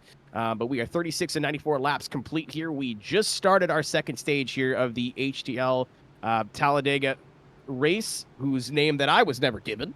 So we were just racing around Talladega, and the lights are off on the pace car. Starting to see some of those who opted to repair their damage rather than take that fast repair, catch up to the field as we start to bunch up here and get ready for the restart. Hopefully they can stay clean and we can stay green and just get calmed down. Usually when you get a lot of these early wrecks, it kind of gets some of the bad actors or some of those with a little bit too much confidence, either out of the race or towards the back with damage, and everyone can kind of just hang out and chill out towards the front. But a lot of these wrecks tonight have been the result of just minor issues becoming major issues as the lights are out on the iRacing Ford Mustang, as it will be Alfred Denny in the Tony One machine with Kevin Gibney Jr. to his outside, heading towards the green flag here of our second restart of stage number 2. yeah, so here we go then. First time Denny's been out front tonight. Gibney back up to the front. A lot of the Lady Liberty cars in close company as well, so look for them to start moving as they come into the restart zone. Here we go, back underway. We're going to get the jump here with the 31 of Kevin Gibney Jr. trying to make something happen on the outside, but his outside line did not move. So you're going to see some help already to the inside line. You see almost 3 cars lined up. And take a look as Blake Henderson has gotten that 25 machine back up into the front of the field, right where he wants to be. Seems like this is where the least amount of issues have happened so far in this race, but there will be issues up towards the front at the end of it, I'm sure. We talked about it a little bit really quickly there, Kristina. The outside line really didn't have the best start, but now they have the line as we have a caution. Yeah, and then we're going to keep everybody's kind of panicking here. They all slow down. I'm not sure for who or why. Yeah, I didn't see anything in the field there. Yeah, I didn't either. I don't have anything showing up on my... As far as I know, I think that was perhaps an admin... We've seen admin mistake cautions happen. Obviously not the stage break yet either, so... I don't I don't. Attaboy, Blake. You're doing great. I don't know. Yep, I'm riding along with Pacey Wygent, who after that incident is your 36 or 36 on the track, and on. It appears we're a little bit too close to Halloween because the spooky ghost has thrown the yellow flag here. Yeah, I mean, fair enough. Boo! Spooky. Ooh. We got blinkers. We got ghost yellows. Well, easy there with the blinkers. I think that, that's a double entendre. I think, especially when you say ghosts after that. I don't know. I'm sorry. I spent too much time around people who vape. I'm sorry. So that was an r/whoosh for me. Oh man, you're too old. I had no idea it was just. Oh, never mind. I just learned that term like 2 weeks ago. Yeah, never come mind. on, get it together. I would learned know it. because you've been buried in stream. Hey, you That's blame your own these nightmare, really, but- really financially well-off, kind people. Okay, that's not on me. Yeah. I'm innocent here. Is this the day the pain ends? We're back to 8 hours. I don't think so. Yeah, probably not. So here comes everybody into the pit lane. I spent a little too much time listening to IMSA radio, so after my visit to Petit Lamas, and I feel inclined to say into the pit lane every time now. But we do have quite a few takers right off the bat, which is interesting, but considering they could probably make it to the end of the stage from now, that would be why we see everybody diving in. A few drivers going to play the gamble scramble and stay out. Pinnell, Henderson, Apperson, Zier, Sasic, Gaiman, Constantinu, Rodriguez, Breo, Moutre, and Swatsworth all stay out. Everybody else pits for fuel. And apparently there's a fan climbing the fence. That was the... Yeah, that was somebody was so excited they threw their gosh darn britches onto the field. I said we got a caution and I racing for debris. That ain't never happened before. There was actually a cool bug fact that has happened before. Back when the new damage model first came out, the debris had collision, so we did have debris cautions. If somebody was on track, it was in a few hosted sessions. I'm not sure that any leagues were fully embracing it. But I was in a hosted session and somebody's front fender was still laying on the track because they were, I don't know. And there you are, debris caution. Because when you hit that stuff, it would break your car back in the day. So to pick your brain here a little bit, Kristina, do you think those early boxers here in this second stage, is that wise? Because it seems like every incident barred, the ghost caution and maybe one. Has stemmed from something happening up front and then those in the middle of the field paying the price. I don't know if I'm somebody like Josh Wasowski, Kevin Gibney Jr., the people of Lady Liberty Motorsport. I don't know if they'll make it, but now they're in the danger zone. Nah, you always have to pit when the window opens, because if you don't pit when the window opens and it goes green to the end, you look like an idiot, and you very well could fall off the lead lap. So if you know you can make it from that point and you can do it under caution, always pit, in my opinion. It will bite you sometimes, but I think some more of the experienced plate racers, it's not just knowing how to race a plate race, it's knowing how to race different positions in a plate race. We've seen drivers like Katie Height, I know we talk about her a lot, but she's got so much experience. She's been around some of these wrecks today. She's been involved in a few, but we've also seen how many she's dodged being in the middle of the field. You kind of know how to put yourself, you can't always get a 100% guarantee that you're not going to get caught up in something, but you can give yourself the best shot, whether that's running the inside lane in the mid-pack so you give yourself that extra runoff room if you need it, or, if you're the last car in the pack, leaving a few car lengths in case they, wreck, you give yourself room to hit the brakes, etc., etc. Those are things you learn mostly through trial and error, and it's almost like, it's like machine learning. You train your brain how to run a plate race. If you've been on the outside lane in 20th and every time they wreck you hit the brake and get packed from behind, maybe you'll run the bottom in 20th, and then when the dude who doesn't hit the brakes comes flying past you at 100 miles an hour, you can just move. You can't do that on the outside because then you hit the wall, right? But look at all that room on your right-hand side. It's all about doing that and balancing that with how do I get to the front faster. So that's what, for me, makes this kind of racing so much fun. Some people hate that, but it's chess at 200 miles an hour, and that's the analogy that's been done to death, but that is what it is. You're playing social games. You're trying to make friends, and you're trying to figure out when you can betray those friends in the right way to help you. It is a board game as much as it is a race, and that's what I love so much about it. You will make friends and enemies at the right time, and that's how you win. There are times where if you have been helping somebody out all day long, and it's in a situation where the guy you've been helping can help either you or the other person, they will go, hey, I can't win this race. I might as well help the person that's been helping me and having my back all day. And that's where I've won races that way. I've helped other people win races that way. It's like high school. It's a popularity contest, and a lot of people get bullied, especially the rookies. So, yeah. Man, I hated high school, but you know what? I don't hate Talladega. Oh, and we have a caution already. Well, no caution yet. But oh, that's Blake again. Pennell and Blake turn each other on the restart, and Zier is going to be the leader, and this made everybody scatter as a result. So now we're going to have another big accordion. I was just going to talk about this when we were under yellow, but she started from the pit lane, which at a super speedway, I didn't know if that was the best idea. She might have lost a lap early. Lilac Zier, well, she's about to lose the lead, but Lilac Zier leading and up towards the front, making me look like I got egg on my face. Even if she drops a couple of spots here, Kristina, but another spin. Yeah, that's Constantinu. You can see her. She's going to slide to the inside wall. Just a little tap and gets it going, similar to what we saw from the 12. No caution, one car. Well, let's see who's left, but we're 3 wide for the lead. Josh Gaiman with no help up that middle. He's in the sucker hole, yeah. He's got absolutely no help. Nobody behind him. He's not getting side draft necessarily, but he just has no help. Falls right through, and Joel Rodriguez is going to go to the lead with a push from teammate Eli Sasek. It's a set 1-2 with Boone and E-Step for company, and that is some good company to have on a plate track.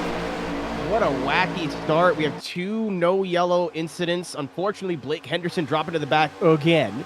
I'm sure he'll be thrilled on that. And then you said as well, Bianca Constantinu have a great run. Little minor issues, but we're still up there towards the front. But with the way they're driving, I don't think they're done wrecking. So I wouldn't be surprised if we see those names back up towards the front of this field. They are starting to stay single file here just a little bit, but then behind them, 3 wide with a bunch of drivers who are looking to fight to get back to the front of this field. Well, you see how they got 4 cars broken away there. They realized they had to stop being 3 wide. That side draft is slowing everybody down. They had to get single file and get out of that to go catch the leaders. They've now caught the leaders, and now it's single file for several rows. This might actually give us a little bit of breathing space here while we click off laps towards the end of the stage.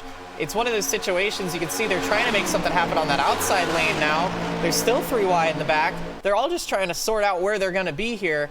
But right now, it's a scent out front. Joel Rodriguez in the 10 machine. What a turn of events for that team. They got to be nice and comfortable, and Rodriguez has got to be counting his lucky stars that he's looking in his rearview mirror and seeing Eli Sasek, his teammate, somebody who's going to be more than content, at least for the rest of the stage, to be rear gunner and keep Team Ascent 1-2 and make sure there is no major challenges. See a little bit of a tap there, just a little bit of bump drafting here at Talladega as we are starting to settle down here towards the middle, but a couple of hungry drivers again still trying to fight their way back up, but Team Ascent with the biggest smile on their face right now, making the best out of a wacky start and getting their drivers to 1 and 2. Yeah, but don't look now because Lady Liberty trying to get some troops rallied as well. You got Sosi and Morris near each other. We've seen them be strong all day. You can see here from the radiator cam, Sasek. This is what we talked about with the tandem draft. See how he's just on it. Not bump, bump, bump. Literally bump and push and then gets off in the corner so the stability can get back underneath that car. That's how you get it done here around Talladega. And that's why this is what everybody doesn't want to see. Is 2 teammates who know what they're doing at the front of the field, because it's going to be hard to pass. Ooh, see some action there towards the middle of the field, and look who's back. Caitlin Height working her way back up into the top 10. She's just in the first car there in the middle. Looking for some sort of run. She's here, but another tandem right there at the 24 and the 3. Wygent and the 3 of Morse trying to get working here. So, again, they've got spread out enough, Keenan, that we're seeing the tandem. Oh, we got caution. Waiting to see how that... It's Gibney. Oh, yeah, there you go. Yeah, Gibney was falling back, was the only one of those members of that team, Kristina, that was not I didn't want to interrupt you, but was in the sucker hole there, falling back, and unfortunately is a victim of the squirrels there, I think, at the back. Well, I don't know. It looks like he tried to fill a hole. Well, okay, so Meredith gets into the wall, and he tried to fill a hole, but Swatsworth filled it. And, that's kind of just a case of no mirrors? Is that just a case of not checking the mirrors? It's a case of there's a car in the wall in front of me, and I need to clear myself. Because you'll see, we'll look at it again here. The hole is there, but only for a minute. So hole is there to the inside of the 31. Room to move down, room to move down, room to move down, room to move down. But as he commits to make this move, I think he's also lifting. While at the same time, Swatsworth's getting a run on the 88 ahead of him, and the hole just fills. So it's on Gibney for moving down. Swatsworth didn't do anything wrong. But that's not the stupidest thing we'll see all night. I can promise you that. That's not the stupidest thing we've seen so far. No, it's not. That is unfortunate for Gibney, but that is a classic case of hole was there, moved down, hole was filled. And that is something that we'll see.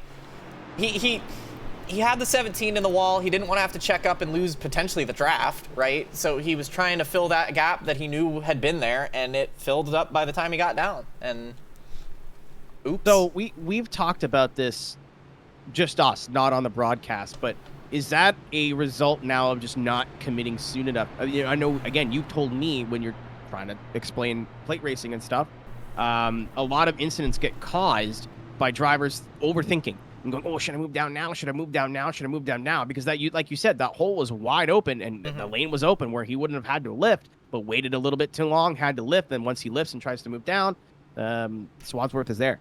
Well, in a normal situation, yes. I think he was content to stay in the outside line until Zachary Meredith hit the wall, right? I think that added the element of, oh, shoot. There's a car in the wall. I need to make a decision yesterday. And I think that's where I think he's maybe panicked a little. So in a normal situation, when we talk about that stuff, that's when you're making moves, right? That's when I need to get down here now. Yeah, that's when you need to be committed. I think this is a situation where I think he was committed. I think it's just he was trying not to run somebody over, and the whole it wasn't it wasn't necessarily a millisecond of hesitation. It was a millisecond of processing what's happening. Because when we've talked about it off air, it's the moves up front, right? Momentum's going this way. There's a hole. I need to get here now. It's not there's a car in the wall. I need to get here. There's that little variable that changes things. And that's usually why we see more cars get involved in wrecks when it's a 1 or 2 car wreck, is because they're trying to find an escape path.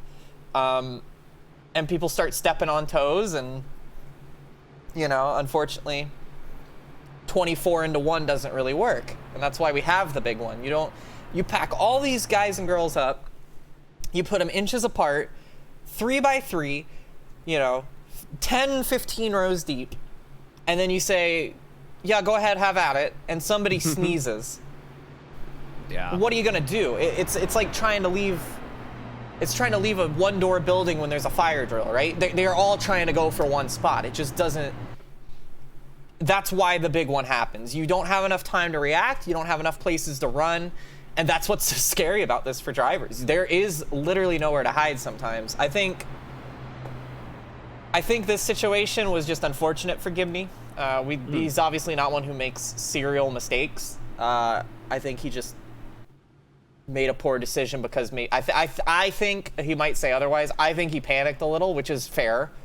Yeah, that's kind of what I was getting at. I didn't want to make it sound like I was like, well, this guy, it was just like more of a like, yeah, do you think that was a result of maybe like, hey, I see a car slowing and he's thinking about what to do, but you kind of can't think when you're doing 200 miles an hour. You just have to follow your instincts and hope that you made the right choice in the moment. And unfortunately, that didn't work out, not just for Kevin Gibney, but everybody else was involved. Hunter Pete's going to get his lap back, but that car is still pretty damaged. Hopefully he can get it. If the race continues, if my man just kind of chills at the back, we might even see him up front. But that works out really good for everyone who got caught up in those wacky incidents there on that first lap, Kristina. Yeah, I put them all back on the tail end of the lead lap. But yeah, I think to sum it up in one sentence, Kevin Gibney Jr. there was the right place at the wrong time. Yeah, exactly. He did what he should have done, but he did it the wrong way, or wrong time. The gap filled. It was unfortunate, but yeah, no, all those cars that were part of the Goofy Goober experience of 2023, now back at the tail end of the lead lap. They'll have another shot at it, but I'll say this, I was a little disappointed that the caution came out there because that was one of those scenarios where you get the field spread out enough, you can get some green flag racing in, but now we got them all packed up again, and like I just said, you can't sneeze, but apparently it's been allergy season, so we've had a string of cautions here, 6 in 48 laps, and I think everybody can make it to the end of the stage by now on fuel, so it is going to be pretty much an outright fight to the end. Yeah, really interesting to see if usually in a lot of these races where you see a lot of heavy fighting towards the early on. Obviously, we have 6 cautions as we just are sniffing our halfway point. Usually see it settle down. Not for the whole race, obviously, that would be crazy, but just for a little lull in the middle. But a lot of these wrecks have not really been people being over aggressive or making bad passes. They've just been all victims of circumstance. So hopefully we can get all settled down here and at least round out this stage, Kristina, as the pace car dips below that yellow line. And we enter the try over here at Talladega, Alabama, and see if the HTL Cup Series can go at least to the end of the second stage under green flag racing. Yeah, absolutely. It is the Ascent show up front, and you've got Boone and E-Step and a couple pairs of Mustangs behind. Here we go. Let's see what we got. Back into the air, green flag as we start lap 50. 49, excuse me. Getting ahead of myself. And it seems like we've got a good restart so far. 2 wide up until about 15th, and then it just starts to single out just a little bit. Again, a lot of these cars towards the back of the field now carrying a little bit of damage, not really wanting to use that as someone poking up, Josh Arnold poking up the inside 3 wide and trying to make some moves. But yeah, like you said, all Ascent towards the front. That outside line is kind of falling apart, and they're not chilling off at all. We are 3 wide now with teammates, in fact, as that's the 94 of Nathan Estep going to be stepping towards the back of this little pack at the front. Yeah, they got a mismatched bump there. I don't know what happened, but they just couldn't get Sasek pushed the right way, and that let the young buck of Pacey Wygent decide he was going to go back to the front. We saw him up front earlier. It looks like he's fast. We've not had a debut winner at Talladega, so let's see if we can get... I would say don't count him out yet, and he's got good company. He's got the Lady Liberty drivers behind. You've got the youngest winner in HTL, Connor Morrison, the 3, and you've got the 81 Associate who won the Daytona 300 pushing you. I wouldn't be too upset to have those 2 behind me right now, and it looks like one of them bailed out. I think that was Connor Morris because you saw the 94 get a little bit squirrely of E-Step, but now they kind of sort it all out, and it is line astern on the bottom. That's huge for Wygent, too. Caught up in one of those early incidents, and what is happening in the midfield, but we caught up in one of those early incidents and then worked our way all the way back, and we got another wreck. Lots of cars going to be involved in this one. This is the big one on the front straightaway. Hard impacts for several drivers, and this is what we've been fearing. This kind of racing produces this kind of chaos, and that is a huge mess on the front straightaway. That'll bring out the caution just past lap 50. And that, Keenan, is a massive, massive wreck and some very hard hits coming across start-finish line there. And we have an incident starting that front up in the field. It's really hard to get around. Unfortunately, Lilac Zier has such a good run. Kind of just a victim there as the 81 gets turned by the 94 right into the 50. And then you have cars going left, cars going right. Everybody behind, no matter if you got the best set of Brembos in the world, going to be really hard to get stopped and avoid this one. Yeah, Sosi just kind of got turned there. I'm not sure. I think it was E-Step just had too good of a run, and I'm not sure if he knew. Look at the 16 nearly go upside down. Watch these impacts. These are hard licks into that safer barrier. You can see as the 81 comes back up the track, nowhere for them to go. Look as the 81 flies through the air there. Roof flaps didn't deploy because they never had a chance to there. You can see Zier's up in the air. A lot of hard licks. A lot of changes of direction too. You can see that's the hood of the 2 machine flying through the air. I mean, that just took out about 10 or 15 really good race cars, and some of them don't have a fast repair, so I'll keep an eye on that, see who comes down pit road here and who stays on pit road, because we've seen enough wrecks now and enough people in those repeat wrecks to where they maybe already used their fast repair, but we'll see who stays on pit lane here a little bit longer than normal, Kristina. Yeah, and you can see those aerodynamic flaps that are coming up when these cars get turned backwards. That's to try and keep them on the ground so that they don't get up into the air. But what you'll find here, obviously when they get hit from behind and fly into the air, Keenan, that's not what those are for. It's for those aerodynamic flips that we see, like Ryan Preece, for example. These are just pure energy hits. The rear end of the car coming off the ground is a massive slam to that outside wall. The steel and foam energy reduction barrier doing its best to absorb the impacts. But it doesn't matter if it's steel and foam or if it's concrete. You feel that in the wheel, and in an era where we get more and more drivers on direct drives, you could really hurt yourself in a wreck like that. That is a huge wreck, and a lot of cars taking massive, massive, massive hits. Yeah, car's still on pit lane. Sorry, car's still on pit lane. Chad Swafford, Connor Morris, Jacob Shangle, Hunter still getting his car fixed. Canel, Pacey Wygett now are going to have to not use their fast. Lilac Xeron still on pit lane. So yeah, a lot of people not opting to take their fast repairs there. Which is still smart, but now they're on the back foot for the rest of the race, pretty much until the last round of pit stops. Take a look at it from another view here. We'll look at it from the chopper cam. You can see the 94. This is where this precipitates. It kind of starts way back in turn 3 and 4.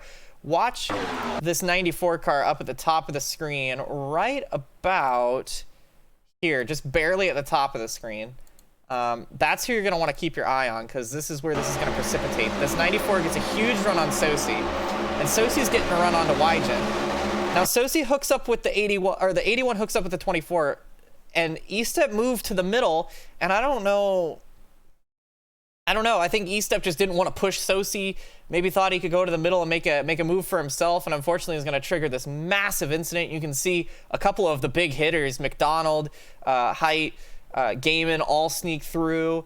So does Breo, but not so lucky for everybody in the back. Look at that. Swatsworth gets with a little bit of contact, but sneaks through mostly. That's critical because he didn't have a fast repair, so he keeps himself alive.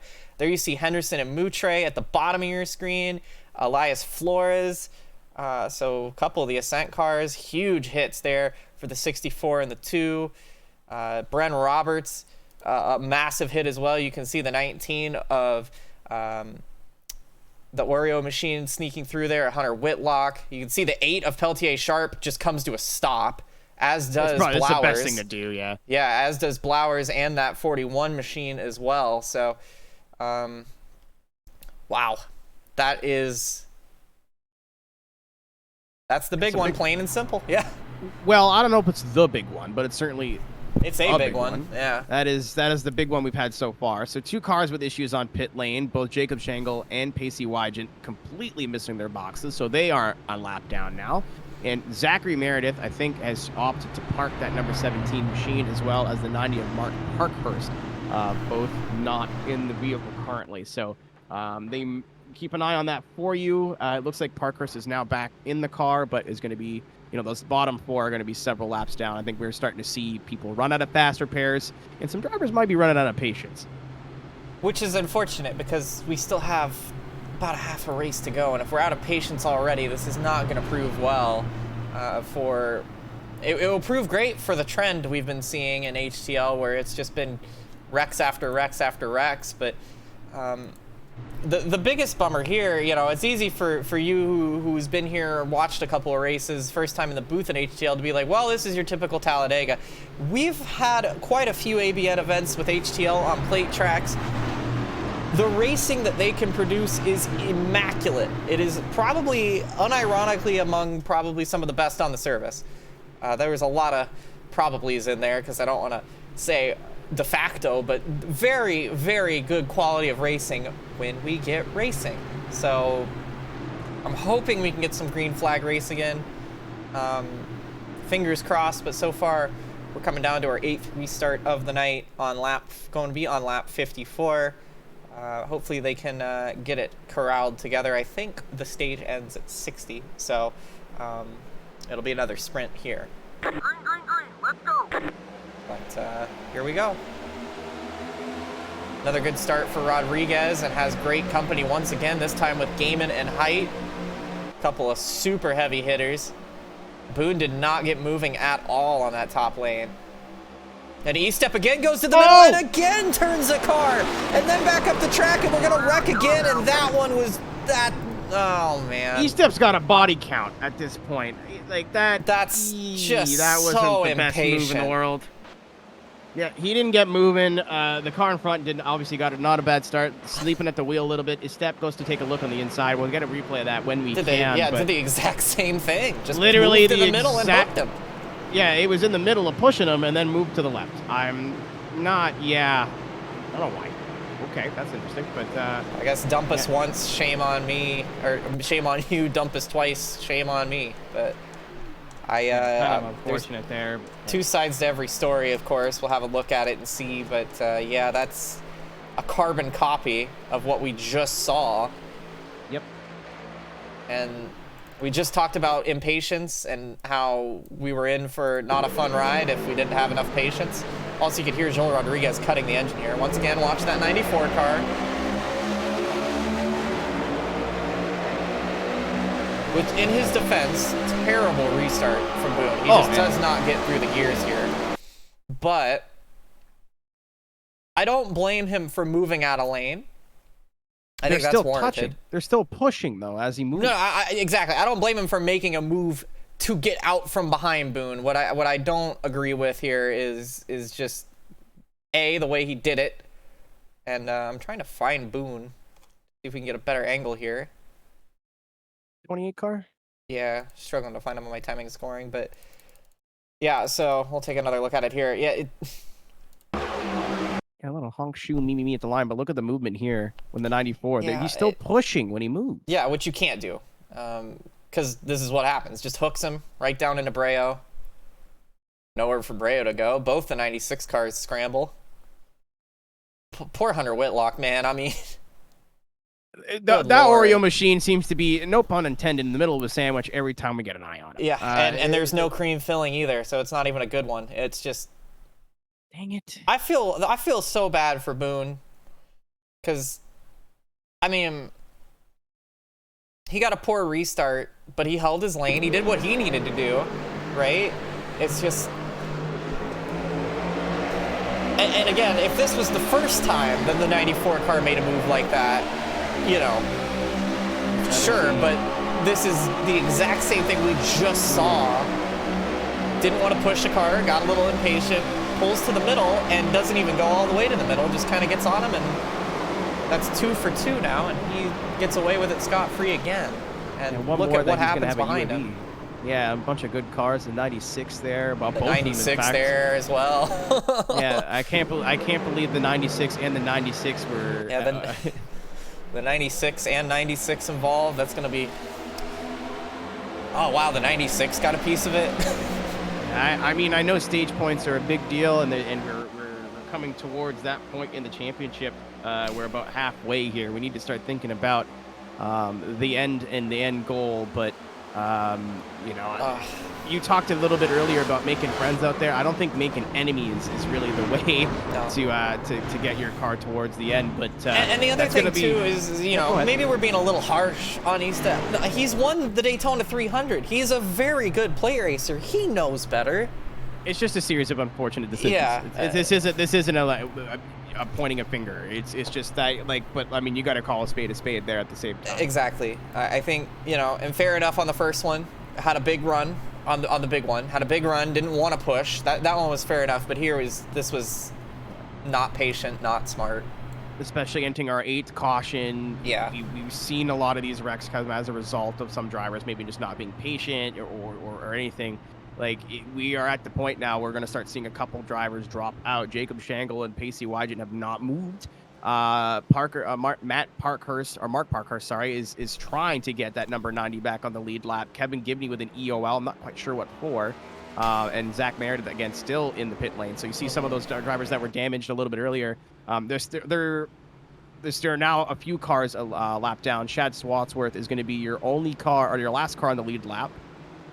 But yeah, Zach Meredith, I don't think has moved. No, I think he's running out of steam there, I think, and it wouldn't be a surprise if we see Whitlock in the pit lane as well. He's got a lot of damage, and this is just such a bummer for Pacey Wygen too, because he's done so nicely tonight. He's done so well for himself.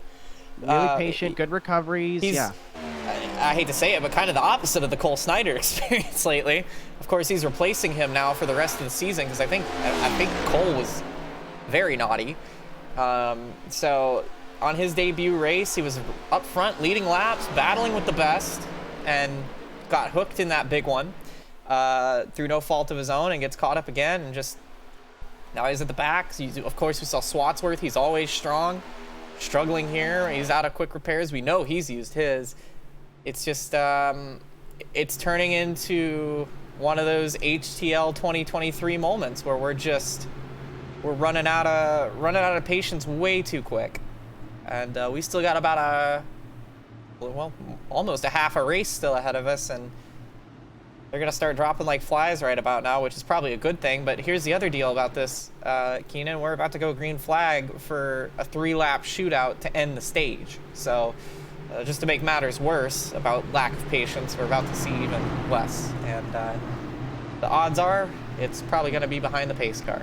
You know what? I'm going to use my rookie broadcast, my awesome outlook on the world. I've not been scorned yet this season, so I'm going to be the positive Pete here. That's I believe that they'll make it to that lap 60 caution, that stage break, without any more further incident. Maybe I'm naive, but I guess we'll find out as that pace car pulls below the yellow line. I've never wanted to be more wrong in my life, Keenan. I can tell you that. So it's Rodriguez and Gaiman, Height and Poznansky, Estep and Breo, Whitlock, Constantinu, Sharp, and Denny the top 10. Top 10 are awarded points at the end of lap 60. I have a feeling it won't be in that order. Nice clean restart this time, at least up towards the front. Everybody getting off nice and clean. A lot of those drivers that you saw have issues early on, you pointed out, Kristina, are now back up towards the front, making the best out of a bad situation as they try to get lockstep here as we're on lap 58 of 60. Lap 60, the stage caution is released. Yep, and down the back straightaway, you see Height giving a big shove to Joel Rodriguez in the number 10 machine. We've seen a lot of great racing out of Rodriguez, but Height's going to jump up with Gaiman.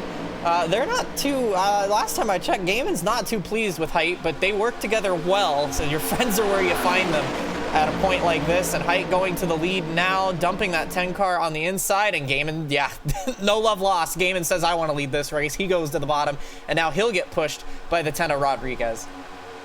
Yeah, I mean, you got to leave that stuff in the rearview mirror, especially when you come to a track like this. You got to make friends where you can, but you got to leave that kind of behind. Well, you don't want to help the person that you're not, especially when you're battling in points, too. So this is what's on the line for them. They both want to win the stage. Hey, take a look at Bren Roberts and Josh Arnold there on the top on that third lane as they try to get that third lane working. Don't count them out yet either with 2 to go in the stage. And look who's behind them. If it ain't old Coyotes R Us. Hunter Peach in the 1 machine. Damage on the front, damage on the rear. He just gave a huge shot to that 55 to try and make something work on the outside line. And how about Scott Poznansky, the man who was backwards and almost in the air down the back straightaway earlier in the race? No caution came out. He stayed green and he got his lap. He stayed on the lead lap, got back in the race, and now he's fighting for the stage win. And here comes Roberts and Arnold, 1 to go in stage 2. They are 3 wide for the lead, and we got into a turn, a car turn, a Sid car turn, and we are under caution here on the 60th lap. That will be the stage as Joel Rodriguez, having such a good run, gets turned off the nose of, I believe, Jeremy Breo in the 88 machine. Yeah, you said you were the positive Pete, but I'm the... They made it to 60! They almost got there. It was close. If you're positive Pete, call me Realism Rhonda. I knew they wouldn't make it. It was looking good. We're going to wait a second to see who actually is going to get scored in the points here. As it looks at the moment, it should be Height, Roberts, Estep, Arnold, Sharp, Poznansky, Peach, Whitlock, Gaiman, and Santiago should get the last point. But we'll see here. I'll take a look back at the wreck and see what triggered this all.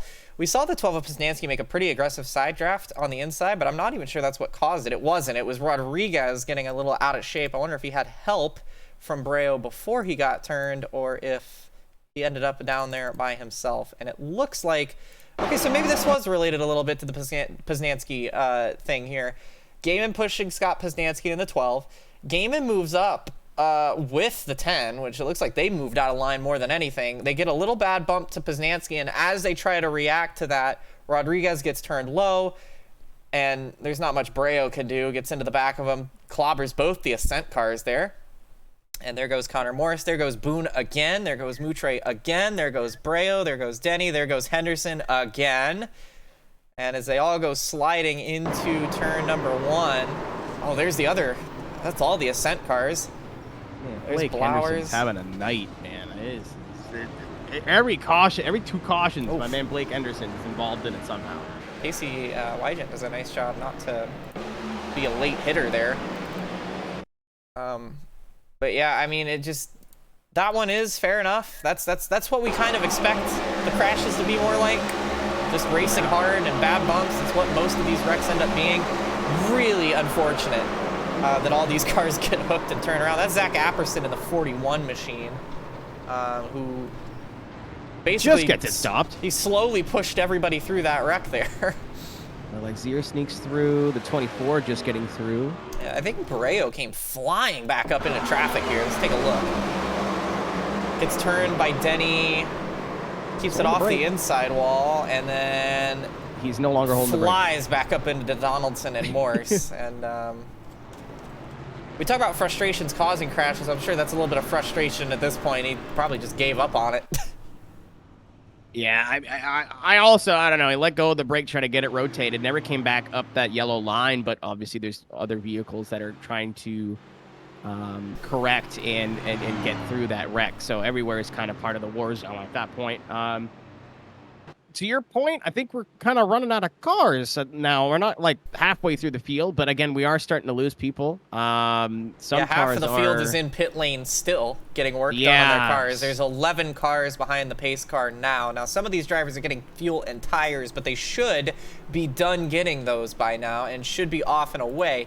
Some very long pit stops here, as we're just now seeing some drivers pulling off of pit road. And when Hunter Peach is one of the first cars off pit road, that's telling you how much damage there is. Not because Hunter Peach is a bad driver, but you mentioned it. There's not one corner on that car they're going to be able to use next week. No, the rear bumper's messed up. He's got it looking, the old #1 team's got it looking pretty good now, but what really got me was the hood was still peeled up. Yeah. Looking like they got the front end of that vehicle good. He almost looked like, if that was a Ford, it would have looked like Chelsea DeNova out there with a ripped up front hood. All right. Got to keep the hood pins down, or he's going to show up on a bicycle and He's try to not take got the money. flat cap to go with it, though. I don't know this. Do we know this? Do we have cameras on Hunter Peach? We sure could. Could be wearing a sombrero right now, for all we know. All right. Well, it is Mexico GP weekend. It was a bit of an exciting event there. So we got a banger of a Formula One theme with a little bit of Mexican flair, which is now ingrained in my brain as a certified classic. But we do. I heard that in the broadcast in triple take. I thought that was a meme. No, who's playing a prank on me right now? No, it was real. It was awesome. But Bren Roberts is now leading this race. Who we saw him get a huge shot to the front of the field on the outside lane from Josh Arnold, who runs 9th, by the way. He now leads in the Sheets Mustang alongside Lily Pelletier-Sharp, Hunter Whitlock, Scott Poznanski, Eli Sasek, Katie Height, Bia Constantinou, Tommy Reynolds, Josh Arnold, and Josh Gaiman. Trying to make the best out of bad situations. The amount of different faces that we've seen at the front of this field, it shouldn't be surprising, but it kind of is to a degree. We have some regular faces that are up the front of the field, have an issue, drop back, come back, and then totally new ones that have been kind of just waiting for their chance. We are going into the 3rd stage now. If this stays green, it probably won't, but it stays green. Whoa, hey, what happened there, Positive Pete? That's my job. What happened? I thought you thought we were. Oh no, you can't be playing that.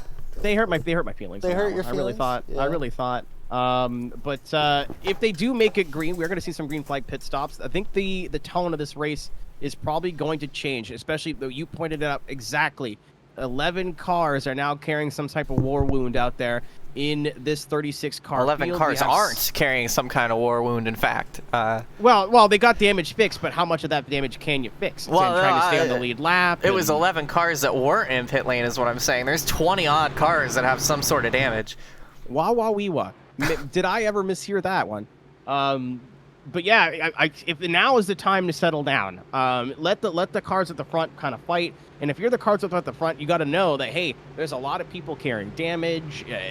Minor as it may be, are carrying damage, or at least don't have that fast repair in their back pocket. settle down, wait to see if you make it to that green flag pit stop window, and then worry about your race after that. But I think they've had a little bit too much fun out there, so we'll see what happens now. Yeah, that's the hopeful thing, is that they'll calm down a little bit, get to that pit window and get on with it. But with the way the patience has been flying, I hope that's the case, but it almost seems like they can never get calmed down enough to get into a rhythm. No one has a rhythm yet. Realistic Ronda. Green flag back in the air. Roberts and Sharp lead us down. And how about Hunter Whitlock? That's just the way the cookie crumbles, isn't it?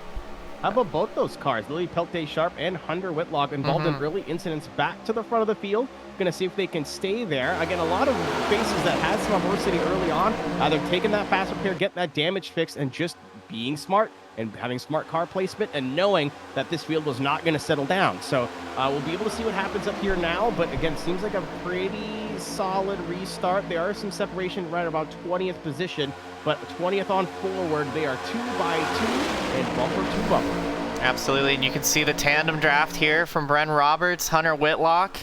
It's interesting to see Chevy and Ford working together, but you can see the big gap they're pulling on Eli Sasek. Now the 19 of Whitlock can't do that forever before his temperatures are going to get too hot, but he's just trying to get them out ahead and give them a little bit of separation from the pack right now. Yeah, I think the best thing they could do, especially just up front, just to get single file. You don't really have anything to prove right now, and you do have that weight of those green flag pit stops if it makes it to that pit window, which should be around the 30 lap range here in this second run. Yeah, so that's another thing to note is you can see Bia gets shoved to the middle. If we have a caution in about 4 or 5 laps time, they should be able to make it to the end from here. So that's the other thing to keep in mind. We may not see green flag pit stops at all tonight. Yeah, again, but just at the thought process up front, like that's what do we have to prove? We're all where we want to be. We can run this race later. Let's let everyone behind us do whatever they're going to do and just be and adjust from there. The best thing to do if you're, I think, in the top 10 is just settle down. Even if you're too wide, just settle down and exist until we figure out what's happening with fuel mileage. Absolutely, and that's if we see them start lining up single file, that's probably what they're all doing. They're probably calculating, trying to get in line, trying to figure things out, but right now it's about the calmest we've seen it all day. You jinxed it now. I think you brought the evil on them. That outside line starting to get a little bit of momentum. Leading that line is now still Lily Peltier Sharp, somebody who has improved in this HTL championship over the last couple of seasons. She's only gotten better and better the more time she spends behind the wheel of this Gen 7 Cup car, as the number 55, Josh Arnold, looking to move up to take that lead position from on the outside line from Lily Peltier Sharp. But she's been doing great and getting better and better. It seems like every time she's behind the wheel of that race car, she is improving her position. And they're making a charge to the front. We saw Josh Arnold push the car who's leading right now to the front of the field. He wants to get out there himself in that 55 machine. Getting a nice push from Peltier Sharp. You can see the tandem draft in action as the front 2 cars from each lane pull away. Poznansky trying to get up in there as well. We'll see if that 55 tries to pull any side draft or not. Doesn't look like it. Minor issue for the 81 and 13. A little harm, no harm, no foul. Just a little kiss as we still have us 2 wide racing here. Chasing up the racetrack is going to the 55. Now, Chris, should you be chasing that lead car if they go a little bit wider, get a little bit squirrely? Because we've seen issues and wrecks happen in this race already with the follow car being just a little bit too focused on pushing.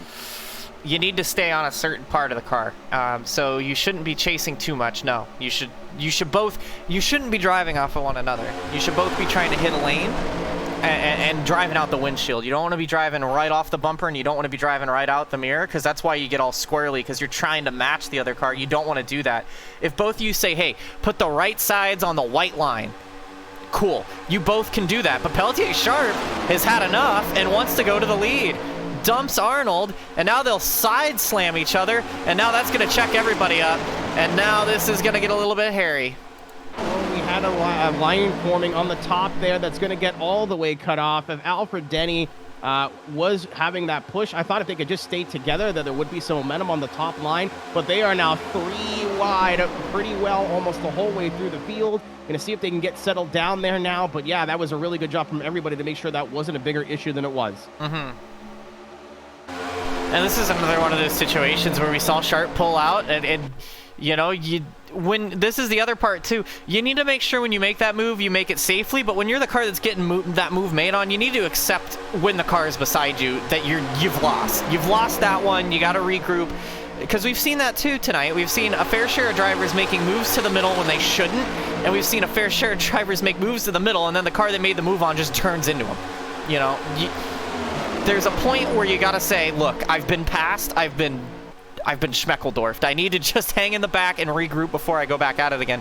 And that we nearly had a wreck because we had a little bit of both there. So yeah, they're beating the tar of each other back here as well. I'm just keeping an eye on what's going on behind us. But looking like, I keep saying this, other than this little 3-wide pocket with Caitlin Height, Bianca, and Josh Arnold on the outside, who I'm sure is thrilled that he just went from 1st to 17th.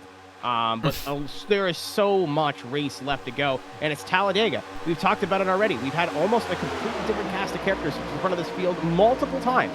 So just because you're in 20th now, just because you're in 17th now, heck, there's going to be a 20-car pileup on the last lap. Anything can happen here in the high banks of Talladega Superspeedway. yeah, if you're on the lead lap, coming to the white flag, you can win the race. End of.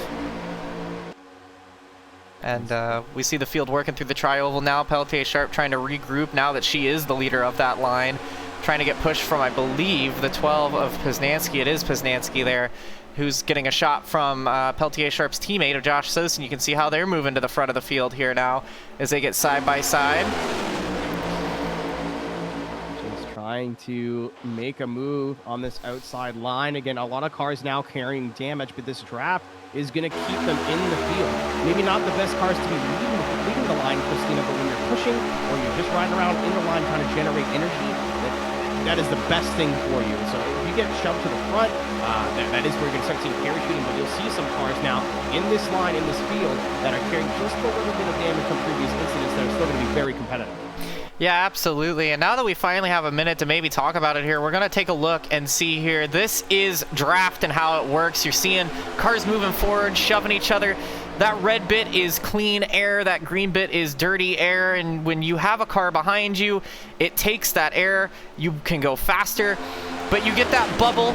So sometimes this is why we see the tandem draft so effective. When you get nose to tail like this, it makes you both go faster. Anytime you're behind somebody, you're going to be going faster than them. So if you tuck up right behind them, you both keep moving. You get the benefit of the draft, and the car that's getting pushed gets the benefit of getting pushed. It is important. We see it here with these Lady Liberty cars on the left-hand side that they stay hooked up, because that's where all the speed is. We saw this already. We saw cars bump, bump, bump, but now we're seeing people slam each other, but it's risky. We've seen it already today. The lead car, harder to control. Temperatures go up on the car from behind. You can't see if you're that car pushing either, and if you're the leader, you can't lift. But it's fast, and that's what these drivers do to try to win. But we've also seen a fair share of side drafting.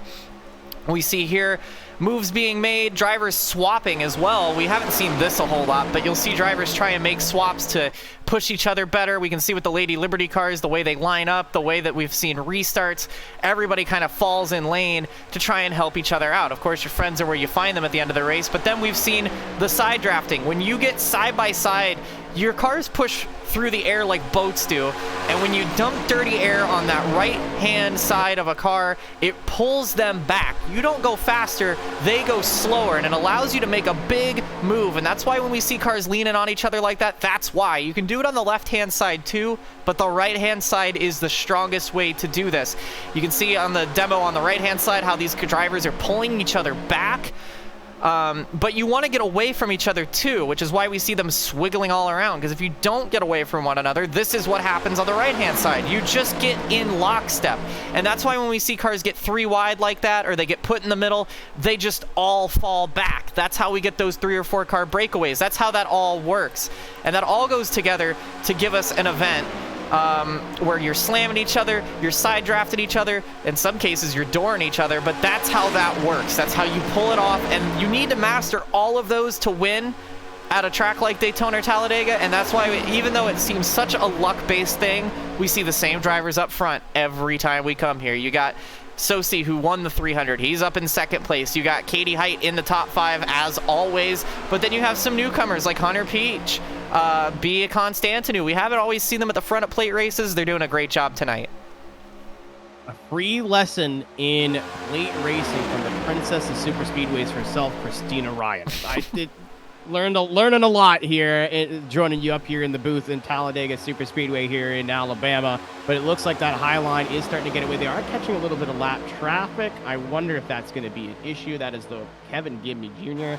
Unfortunately, his night is not going his way, but should not be an issue when this lead pack gets to him, especially because we will be out of turn number 4. Well, especially because their teammates are leading the field as well, so that's why he's that kept hasn't down stopped out of the them. way. That hasn't stopped them before. You'll also notice the lead pack running that outside line on that demo I mentioned. The right side of the car is more vulnerable than the left, so they're running up on the higher lane right now because it's a lot easier to defend on the inside or on the outside lane. The side draft is just as effective, but if you get on somebody's outside, you're going to pull them back way more than if you're on the inside, which is why that outside line can move so aggressively when they're doing it right, because the cars on the top are side drafting on the outside, the right side of the lead cars. That's how that outside line moves, and that's just part of how the cars are designed. We turn left, we tune the cars so that they are better at turning left, therefore there's more drag on that end. We can see here, though, they decide to move down. Coordinated move from the teammates to move down in front and cover off that run. So now it's Lady Liberty on the bottom, Ascent on the top. This is the kind of plate racing we were hoping to see earlier in the day, and I'm glad we're seeing it now. But this is super speedway. This is the chess part. You play dodgeball for 30-odd laps, 60-odd laps. Now we get to play chess, and that's the fun part. So another lap car there. That's Wygen up on the top. He's doing a nice job holding his lane, getting out of the way. But we'll see here as they head down the back straightaway. It is just a drag race, and the Toyotas on the top lined up better than the Chevys right now. But watch for that momentum on the inside line. Sorry. Yeah, no, it's fine. I'd rather hear you talk. But yeah, lots of, again, really, really hard fighting here towards the middle of the field. But big blocking. You got to imagine there's a lot of communication going on, especially between teammates. Of like, hey, we got to move down. Hey, we got to move up. Especially anywhere on the HTL calendar. But here specifically, in Daytona specifically, let's move down together. Let's move up together. They saw that 13 car of Bianca Constantino as a threat, especially when she was being pushed by Jamie Correa, and said, let's move down and block that lane. But now, the result of that is now we have Ascent teammates who are looking to make up for that issue before and try and make something happen on that outside line, but it's not going to get done, as Bianca is now leading that outside line. See, that's the fun thing. You've got Constantino, who is pretty much playing for herself here, trying to mix it up with teammates and get things done. Oh, and Breo gets bounced to the middle. They just about hold on to it. Bia's going to get shuffled out, but a great avoidance from her and a great save from Jeremy Breo as someone bumped him out of lane. It's not over yet. There he goes. And there goes Breo and everybody else. Well, it couldn't last forever. Yeah, it looks like Bianca was trying to come down for some side draft, and then Jeremy got a hit from behind from Elias Flores. That all stemmed with, I think, some contact from, I believe, it was the 3 of Joshua Sosi. The 3 is Connor Moore. Sosi's the 81, so I'm not sure. It's the 81, yeah. I don't know how to Yeah. read it. It's fine. It could have been You can just say it. You can just say it. But yeah, it looked like So- Sosi came up, pushed the 88 up, and then the 88 had no momentum, and then it all just kind of kicked off from there. And that's another thing that we see a lot on the plate tracks is that a wreck will start to trigger in turns 1 or 2 or down the backstretch, and then they won't actually wreck until 3 and 4 because it takes a while for all that energy to... When the energy gets disturbed like that, everybody's panicking. And that's what I talked about earlier, where it's hard to avoid those lag crashes. These are the kind of things when you're good enough at plate racing, you can start to diagnose early and say, to quote one of my favorite lines from SpongeBob, well, I gotta get out of here, because you get into this situation where you can see this happening, right? You see Breo almost get turned. This precipitates all the way down the back straightaway, and Breo's gonna get out of line. Right there, Sosi gets into him there, and then they wiggle up the track. Now you see this happening in front of you, and you're thinking, okay, what's going to happen next? You're already thinking, that was hairy, this isn't over yet, everyone's going to try to figure it out, and there you see the contact, and there everybody goes. So you have a little bit of time to diagnose. You see how Gaiman sneaks through there. Might have just got a little... Oh my god, Henderson got tagged again. And again! Yeah, keep an eye on Chad Swatsworth there as well. Almost made it through and just got tapped by the 2. Jeremy Breo is going to be out of that car, pulling the harness off. He will be out of this race. Big impact there to Eli Sasek. Back up and then gets Bia. This is also the worst kind of crash where he hits both ends of the track. He goes wall to wall, which I know in drifting is a great thing to have happen, but Not here, no. no, not here. This is not what you want. Wall to wall is very bad because that means you've cleaned out a whole, 80 feet of racetrack. You see Boone sneak through. Henderson almost got through, ran out of real estate. You see both the Ascent cars sliding around in the background. There's Joel Rodriguez again involved in one. The 24 just kind of comes to a stop. Pacey Wygent does a nice job to get through there without too much trouble. It says saw on that 25 car, but they're going to have to be getting the Sawzall out to get that thing back on track, but he's still rolling. Luckily for Henderson, or maybe unluckily knowing him, all the hits he's had have been fairly minor. So he's just been getting bounced around, but it's not been like terminal damage. No. Again, Caitlin Height getting some damage in that as well. She's had such an up and down evening, but as long as she's got 4 wheels and a motor, she's got a chance. But she is in pit lane repairing some damage. Yeah, trying to hang on to that fast repair still, I think. In here as well. Kevin Gibney still repairing. Pacey Wygent getting some work done. She said Blake and Lilac both getting some stuff done. Eli Sasek on the way out of the pits, and Tommy Reynolds also getting some damage repaired on that machine. So I would say, at least for who is at the tail end of this field and not in the fixers, we have 22 cars left without any sort of major damage or issues. Yeah, and that doesn't mean that they haven't at some point. It just means they've got all the parts put back together. So yeah, interesting stuff coming up here. Yeah, and again, we have so much race left. We got 80 and 94 laps. So we've seen pretty well like a lack of patience. A lot of people being real aggressive to get to the front, but a lot of people who were content and just ready to sit. Now, with 15 laps to go, it's go time. Everybody can make it on fuel now. Everybody can make it to the end in terms of their equipment. Whether they survive is going to be a whole other ball game, as right now at the front of the field, it will be the number 99 machine of Eli Flores making the best out of that incident, and Lily Peltier-Sharp will be to his right-hand side. And again, people who had issues earlier, look who's up here now. The number 12 is Scott Poznansky in 3rd place. Joshua Sosi is right up there with his teammate in 4th. Brent Roberts, Mark Parkhurst, who was a lap down with damage and is now in 6th position. Josh Gaiman making it through that wreck and being able to hang on to 7th. So a lot of Hunter Peesh is still in the top 10.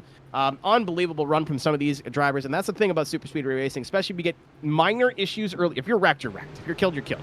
But if you get a minor issue early on, to stay in it, you never know what can happen, especially when it's been 10 cautions is not super crazy. And ladies and gentlemen, I do believe we have unlimited green-white checkered. So just because we're entering 15, 14 laps to go does not necessarily mean we're not going to be here for some ABN overtime. So thank you guys very much for watching. We still have a lot of racing left to do in this 14 laps, but thank you very much for joining us on ABN Esports here for the HTL Talladega 250. Still a lot left to transpire, even if the laps are starting to wind down. Yeah, absolutely. And if it is your first time here on ABN, you picked a good one to watch. Of course, afterwards, no ABN post-race show this time around. I know we've had a few of those over on ABN too, but both of us in the booth right now will be splitting off to our own respective streams.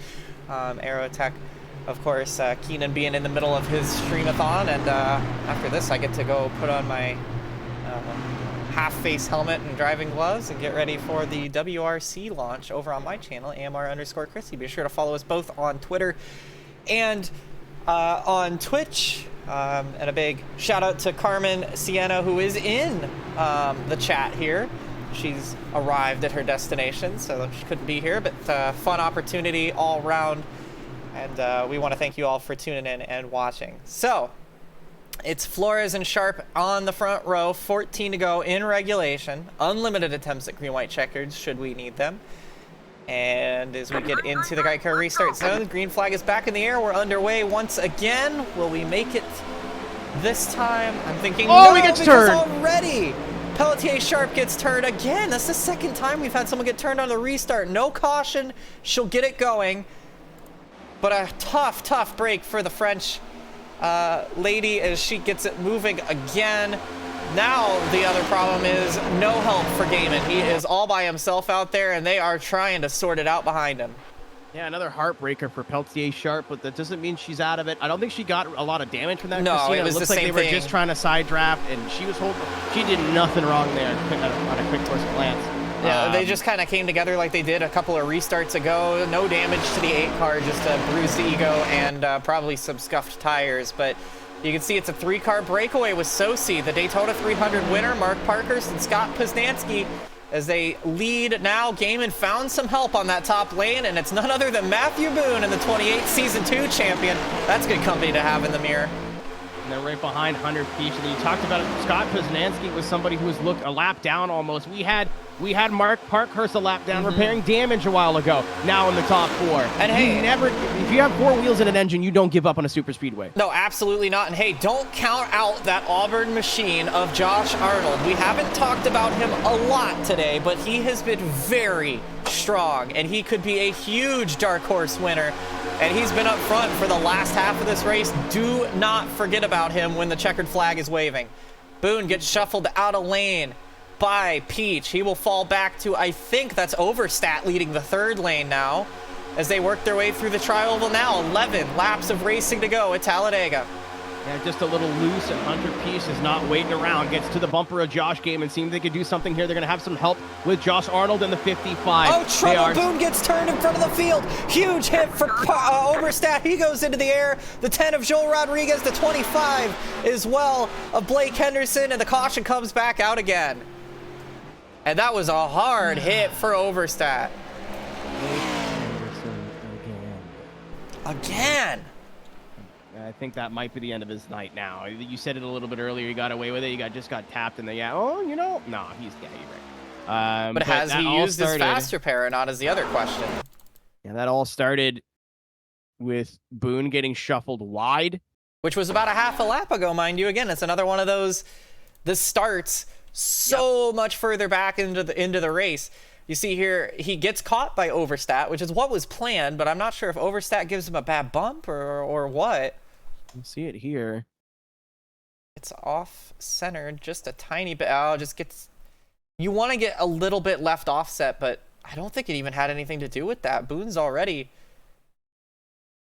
I see a car drifting up here. Yeah, it's Overstat drifting up. It had nothing to do with Overstat. It was Boone that just kind of came down into the 21 at Denny.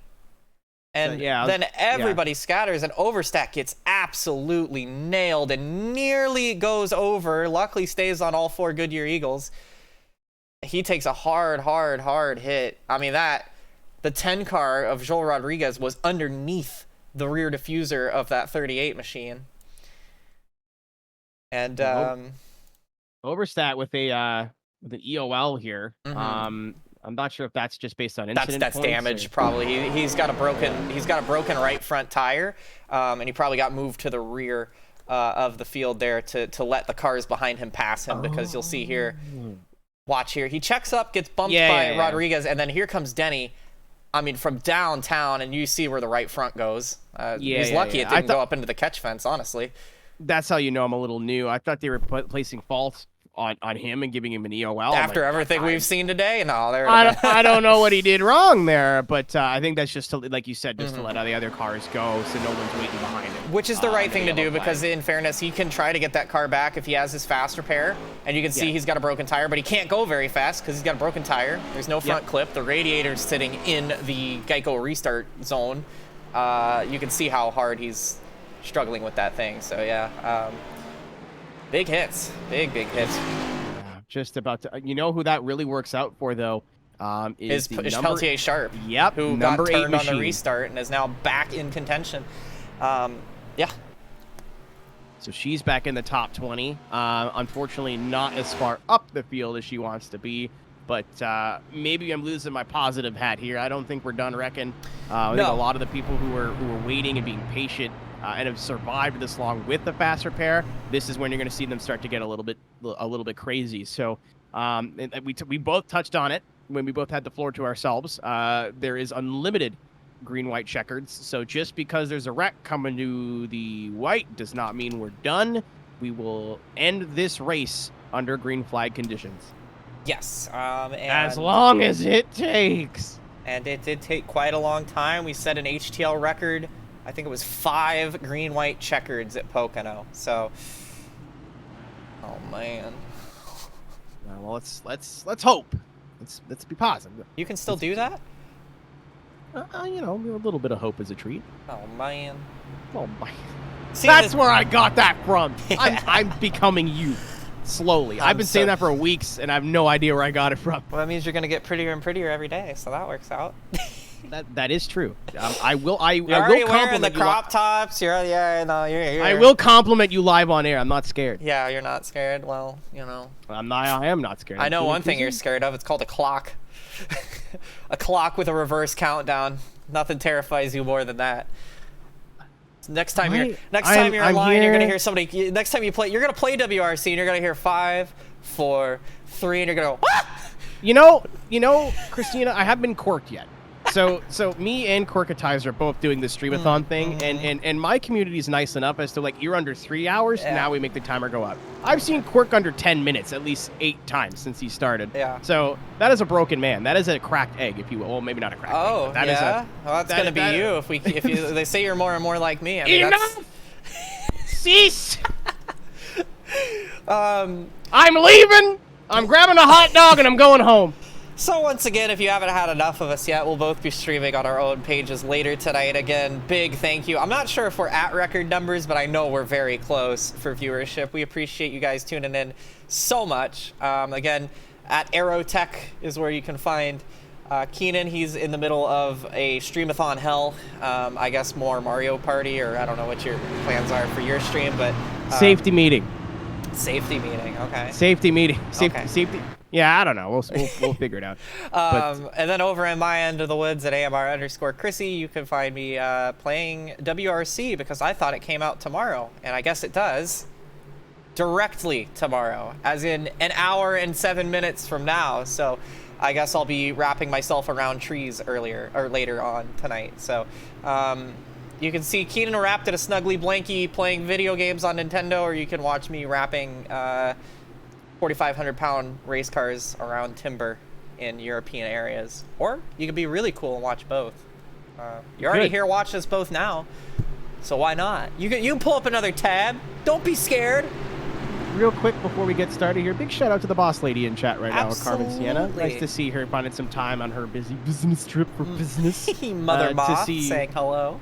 to see the absolutely clean and in no way scary finish. Oh, here yeah. in the No, 11th caution. That's not the 11th caution. That says 1th caution. Sorry, SDK messing up clearly. It's been a great now. It's been It a said 11th. race. That was a self-report. It was 11th. I read 11th, but Yeah, it was okay. a self-report. I was trying to be silly and say we only had one wreck, but I don't know how to read. the only real wreck are the ones in the booth right now. So we got 7 to go at the line. Socia and Parkhurst.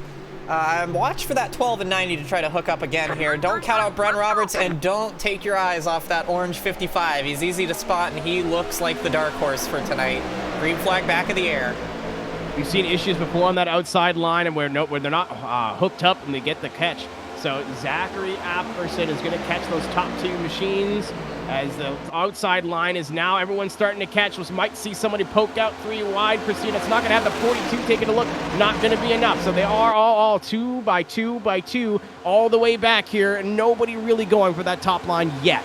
Yeah, they're still getting up through the gears. So now we see people start to pull out once they've gotten up into 4th, 5th gear as they make their way into turn 3. It takes them. It's not like the old Larry Mack proverb where it takes them a whole lap to get up to speed. It takes them about a half a lap, but they still got to get up through the gears first. And now we'll see people pulling out for 3 wide, trying to make things happen on that highest lane. And with this draft model, you absolutely can. We've seen it already with Bren Roberts and that 55 car. Oh, Trouble Meter gets turned in front of the field. That's going to bring out the caution, and that's going to be another big one. Everybody scatters, and is anybody going to make it through this one?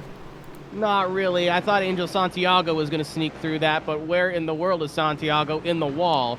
Getting contact from that as well. Right in front of the field. Nowhere to go for has most a lot of the field. damage. She's going to have to use her fast repair if she hasn't already. Gaiman, I think, might have gotten away with it. She's hit everything but the pace car tonight. No fault of her own, but I'd be stunned if she had her fast repair. I'm not sure. Well, she tends to not take it, but So we'll see. She was in pit lane a lot tonight, which I think might have been saving for an event like that, but we'll have to wait and see, obviously. Only one way to know. But, yeah. Kick your legs up and get ready, because this one may say 6 to go, but I think we got a little bit to go. Yeah, let's take a look and see what happened here. It looked like the leader got turned, right? It was the leader in the very front of the field. Yep. Well, first of all, let's just ride on board here. We're with Josh Arnold. If you've ever wondered what it's like to wreck at Talladega, this is how quick it happens. This is what Josh Arnold is seeing.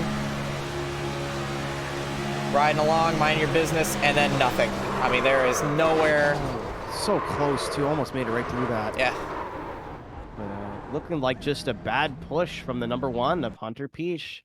Which, to be fair, with how destroyed that car had been, may have played a role in that, but it does look like he's quite offset on Poznanski, so it might not have been that case. But I wonder, with all that damage on the new damage model, if that made that car a bit squishier.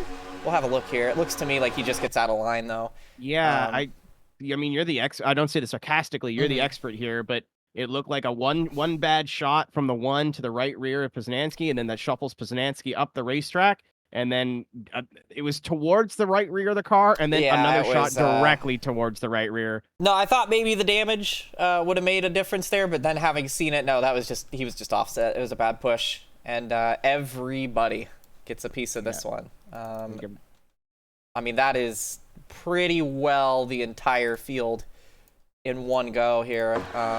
Yeah, that is the worst place to get turned. You see the rear end of the car come up off the ground again, if that's not telling you how hard they're hit, and we've been seeing that all night. Sosi gets turned, which might have been a blessing in disguise, but then there is nowhere to go. Everybody piles in, and but this is at the point too where people are less inclined to lift. People are less inclined to want to just come to a stop. They're going to want to try to find holes and find positions. So the ARCA brake factor goes up a little bit. And I mean, to a point, rightfully so. Like, we don't really have to worry about health and safety when it's to an ones and extent. zeros, but you got to make it to the end too. So, but I mean, we were under 10 laps to go. This is about when you expect to see this sort of thing. Unfortunately, but it is going to come at a cost. We do have the usual suspects in the pit lane. It is highly interesting to me that you mentioned the health and safety. We have had quite a few injuries in HTL over recent seasons. Again, kind of in part to the fact that people run direct drive wheels now. This is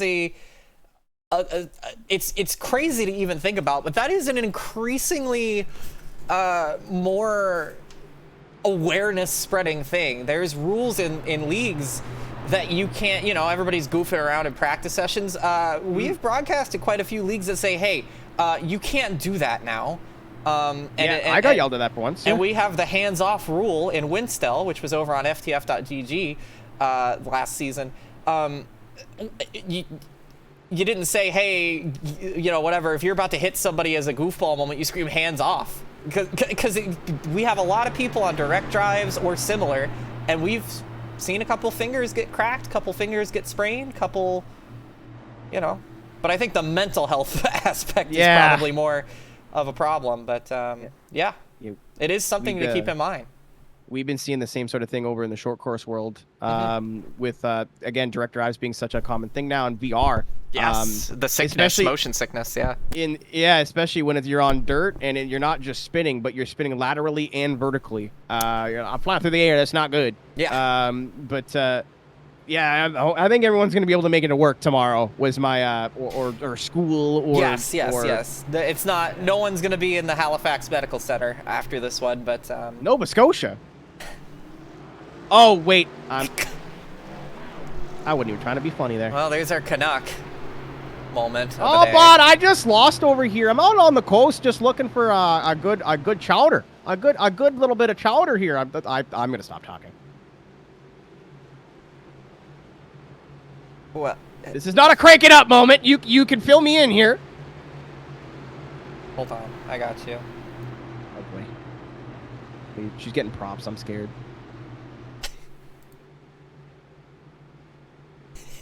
Are you insulting me in the Twitch.tv broadcast and I can't hear? No, look at the broadcast. You're awful. You're the worst. Hey, maybe this chemistry lands us more gigs like this. So to put it back into the racing perspective. Me, you, chemistry, never. Really? No, never. Wow. All right. Well, noted. We have That was a joke. a natural green-white checkered, and I get to pull out my favorite quote from a very obscure racing video from like 2016. Y'all ever seen a natural green-white checkered before? Let's explain it because we have a lot of people who may actually not know what a green-white checkered is.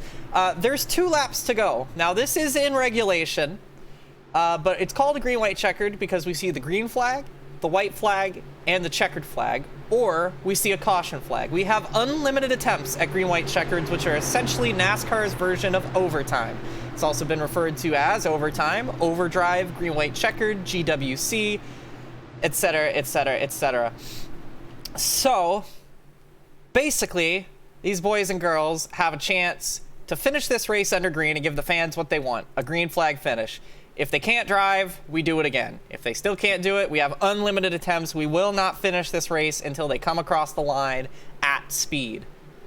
So, Keep an eye on that outside line. A lot of the people on the outside line, I'll let you take it to green here, Kristina, but a lot of people on the outside line are the ones that have had issues, ones that have fallen back in the field before. Keep an eye on everyone on that outside to move to the front. but as we mentioned before, if you're on the lead lap, you can win this race. Green flag back in the air, 2 to go. Again, this is in regulation, but this is the same format as a green-white checkered. It's called a natural green-white checkered because it is within regulation. So, already Parker's to the top, to the bottom. What can Whitlock do? What can Peach do? Here comes Sasic, Constantinu. Look at that, the 8 of Peltier Sharp back in it as well. And here comes the 42 of Santiago. Haven't seen him all night.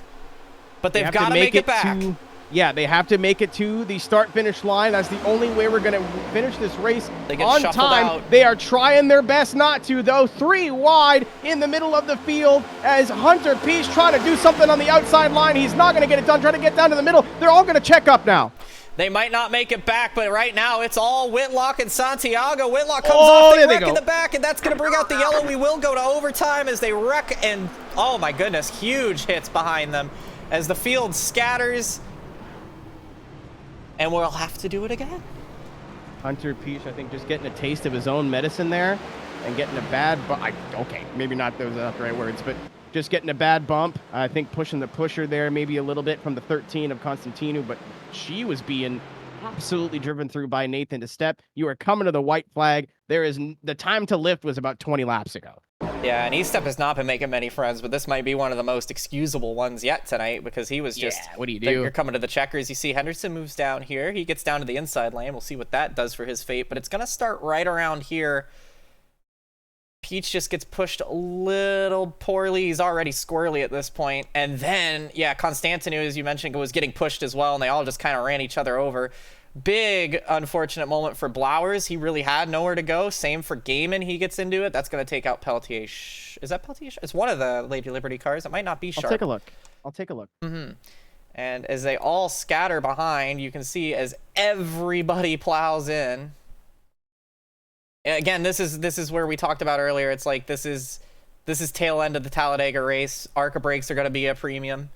So that was Sosi in the 81. It was so Sosi, it was a Lady Liberty car, but yeah, Lily Peltier Sharp was just ahead of that. So it was the 8 that made it through. It was the 81 that did not. So even then, minimal damage. Mm-hmm.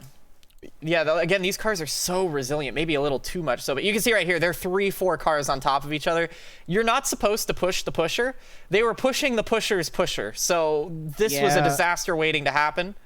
But and again, that stemmed him way early because that was Hunter who came down to that middle lane to block, and everyone's got to go somewhere. And no one's gonna lift. Yeah, everyone's got to go somewhere, and nobody's gonna lift, and that's what happens. This is how you go after one of these deals, but this is what happens when you do it that way. This is the quintessential situation of this is what NASCAR produced. This is what NASCAR wants. And I'm saying NASCAR because this is how this stock car, this is what we've done with this package. They want everybody to be packed up like this.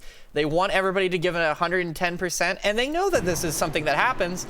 This is just the nature of the beast that everybody, for better or worse, has accepted as that's Talladega. When you have a big wreck like this and they're like, hey, are you okay? That was a really big wreck. And you go, well, that's just Talladega. This is what they're talking about. Also, look at Lilac Zero there getting through pretty nicely indeed. She needed a minimal win damage. tonight. She's had so many, a little bit of a kerfuffle there, but she's needed a win. She's had so many good runs up to the front, especially starting from the pit lane, which was risky. If they went green long there, she would have lost a lap early. But and now a lot of these cars might be carrying minor damage. And we don't know if it's going to be a problem or not going to be a problem. Because now until the green other thing flag is, drops. do you pit if you have minor damage? No. You're going to stay Absolutely out. not. Yeah, no, because the odds are they're going to wreck behind you. We don't know how many green-white checkers we're going to see. You know, it's one of those situations. And we pull out the stat.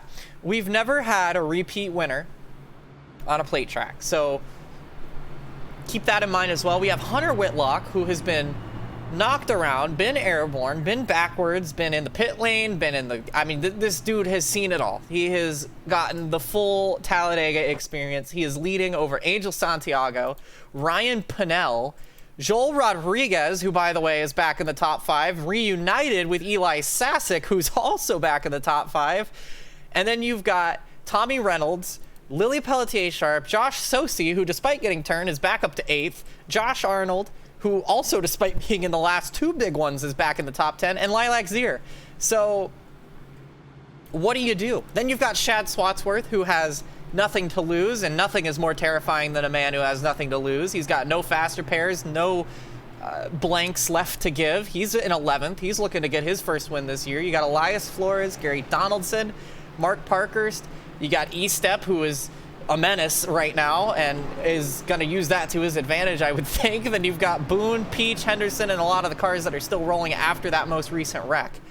It's so crazy that we had so many issues early on, and just through the attrition, a lot of those cars are now favorites and strong. Unfortunately, one of those drivers, Joshua Gaiman, got into the inside pit wall. That is too much damage for the 61 machine. That is going to be headed to the garage area, and we will not be seeing him rejoin the racing service. That was one...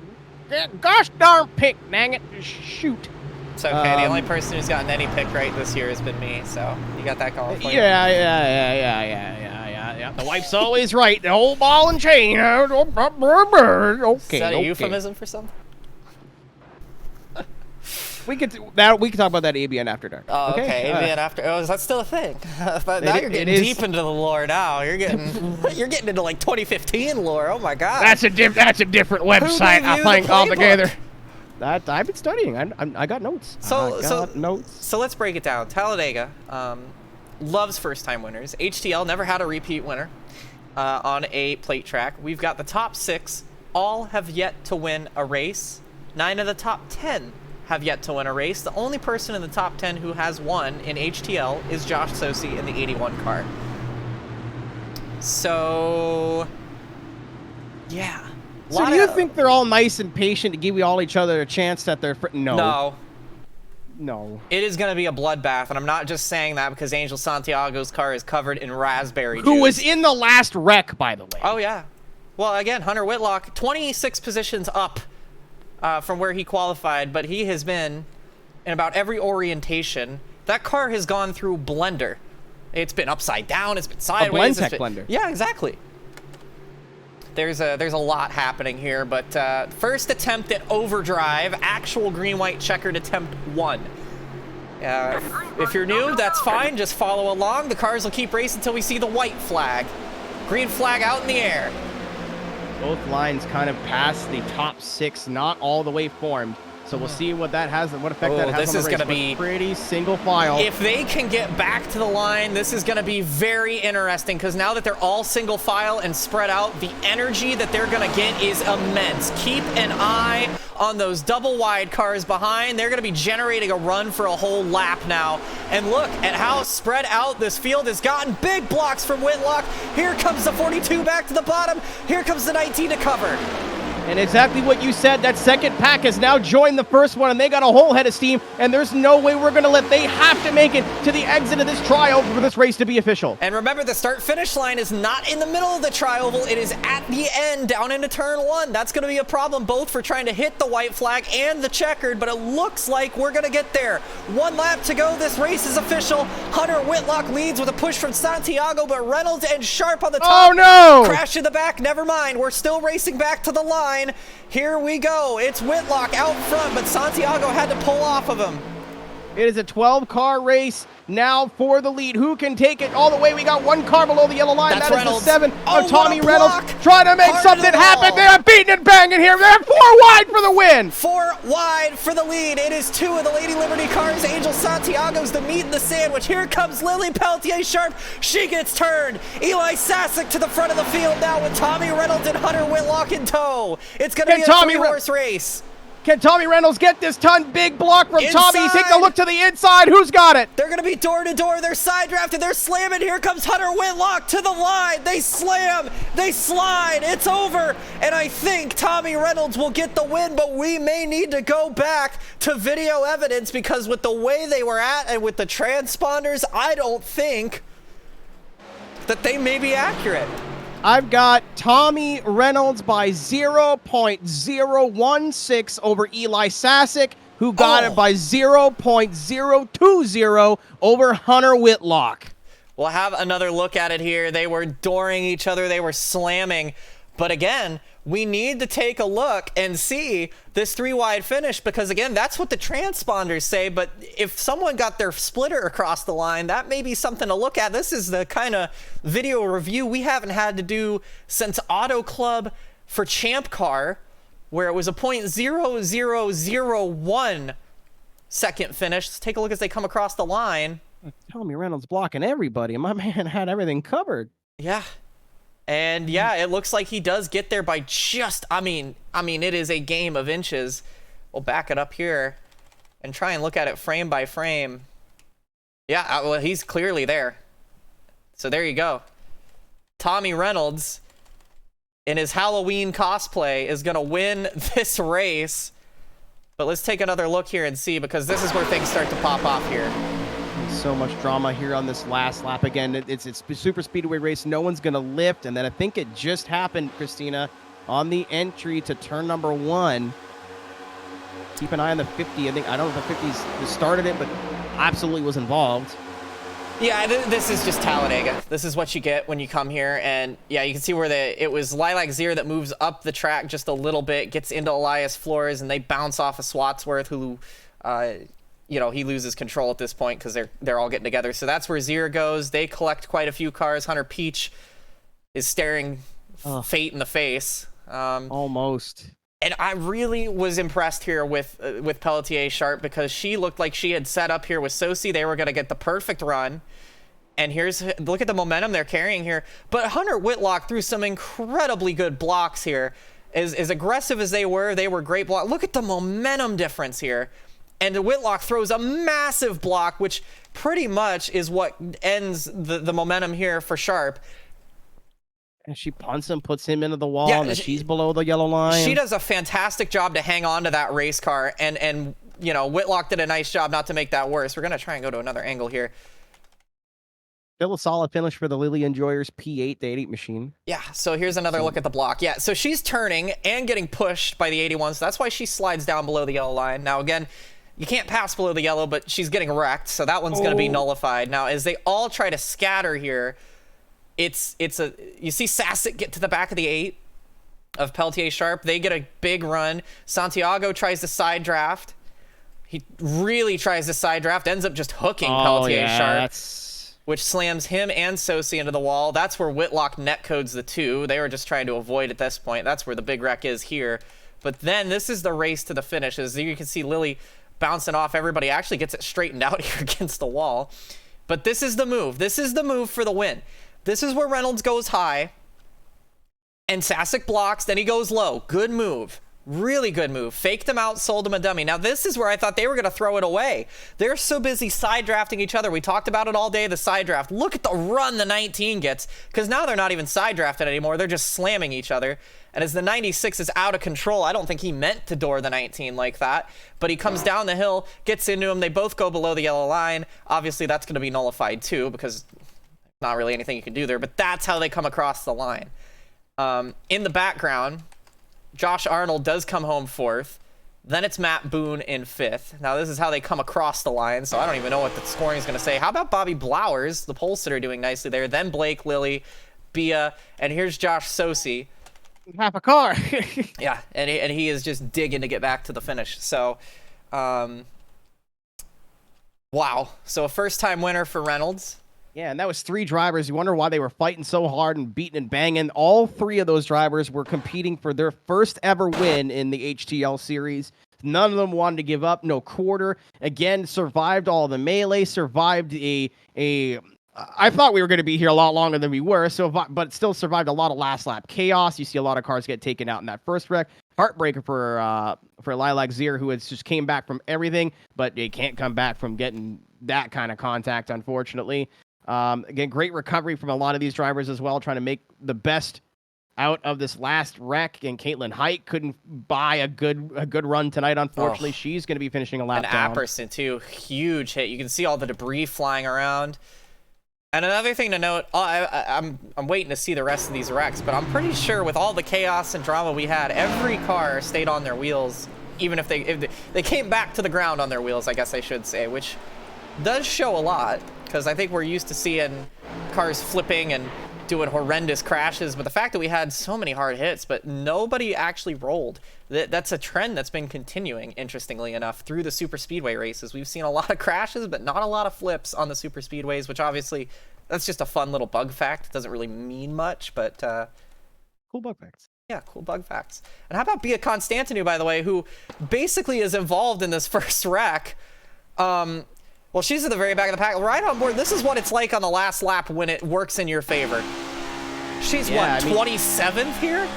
She's in P nowhere right and now. And look, there's Bobby Blowers, too, for good measure. With all the stragglers, Bobby Blowers, somebody who needed to have some luck here at the end. But look at Bianca. Just stays in it. Rides below there ain't no reason to lift now. Rides below that yellow line, gets a couple passes done. They're all wrecking behind her. So she's already made a ton of positions, but they're not done wrecking.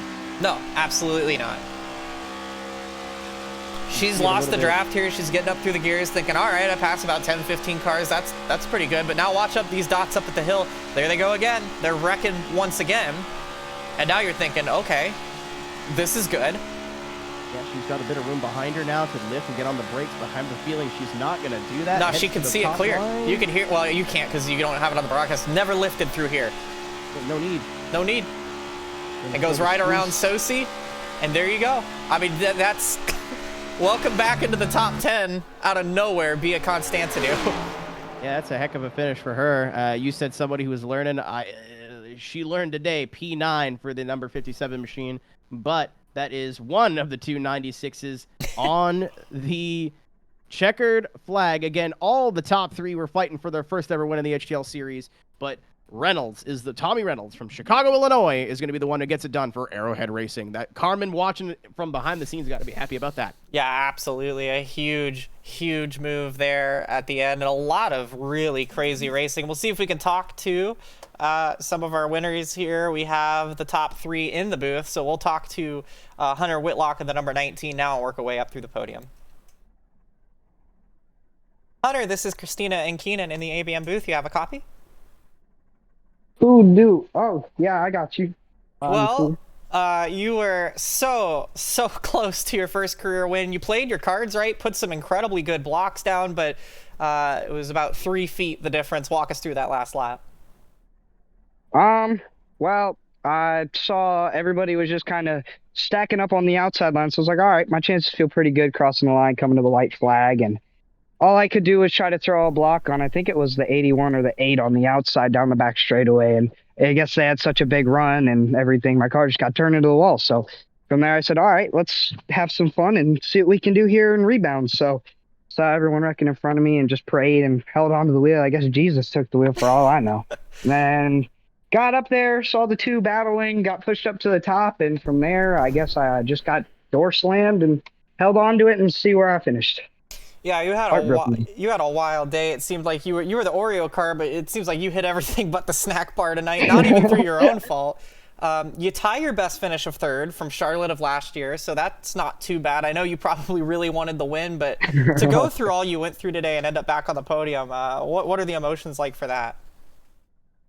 Well, considering how last season went and the few starts I've had this season, I think finishing in the top 3 is honestly pretty good because I've been just wanting to try to finish top 15 even if I can, and I just end up making my own mistakes on pit road and putting me in the back or, just in general just wreck out, I guess you could say. So today I was perfect and everything, I guess, just kind of went my way. I think I got in a wreck earlier in the race and had to use a faster pair, but considering I went through that almost that entire race without a faster pair, I was pretty happy to not get involved in anything. So I'd say emotions are pretty high. I was really happy once I crossed the line. I just thought I had the win, and next thing you know, I saw nope, got it, got it taken. Well, it was close, but no cigar. But at least you get to smoke one at the end of the race for that P3. Oh my God. If there's anybody you want to shout out, now would be the time to say it. If not, congratulations on a very solid run tonight. I just want to shout out Newfound Glory and DJ for putting together a great team, my teammates, and Oreos for getting me through such a great race to finish third. All right, well, that's Hunter Whitlock, his first podium of the season and tying his best finish since summer of last year. Congrats, buddy. Thank you. Very energetic for a P2. Yeah, for a P3, you figured he might be a little disappointed, but I think he's perfectly happy with that, and I think someone else who'll be perfectly happy, Keenan, is Eli Sasick. As we pull Eli Sasick up into the booth here. Eli Sasick, it's Keenan Kusan from ABN Esports. You got a copy? Yes, I do. Man, that was certainly the last lap. A lot happening there, especially an eventful race for you. Talk us through that last lap. Honestly, I was just trying to beat Lily with the tournament thing that's been going on here. We were the two in the finals, and I think there's a prize for it. I don't know how much it is, but so I was just trying to focus on her. And then at the end, I was just trying to win the race, and me and Tommy got together a little bit there. It was good hard racing and super close, and a very back and forth race. I got punted a few times by people not hitting the brakes for wrecks, and just generally, I think their brake line was disconnected or something. I don't know, but came back through the field, accidentally used my faster pair earlier than I wanted to, and then it was an up and down race, but I mean a great finish, beat all the championship rivals, got another top 10, so That was best possible finish. Best possible finish. Yeah, and it matches your best finish of second. Watkins a little bit earlier on this year and last season.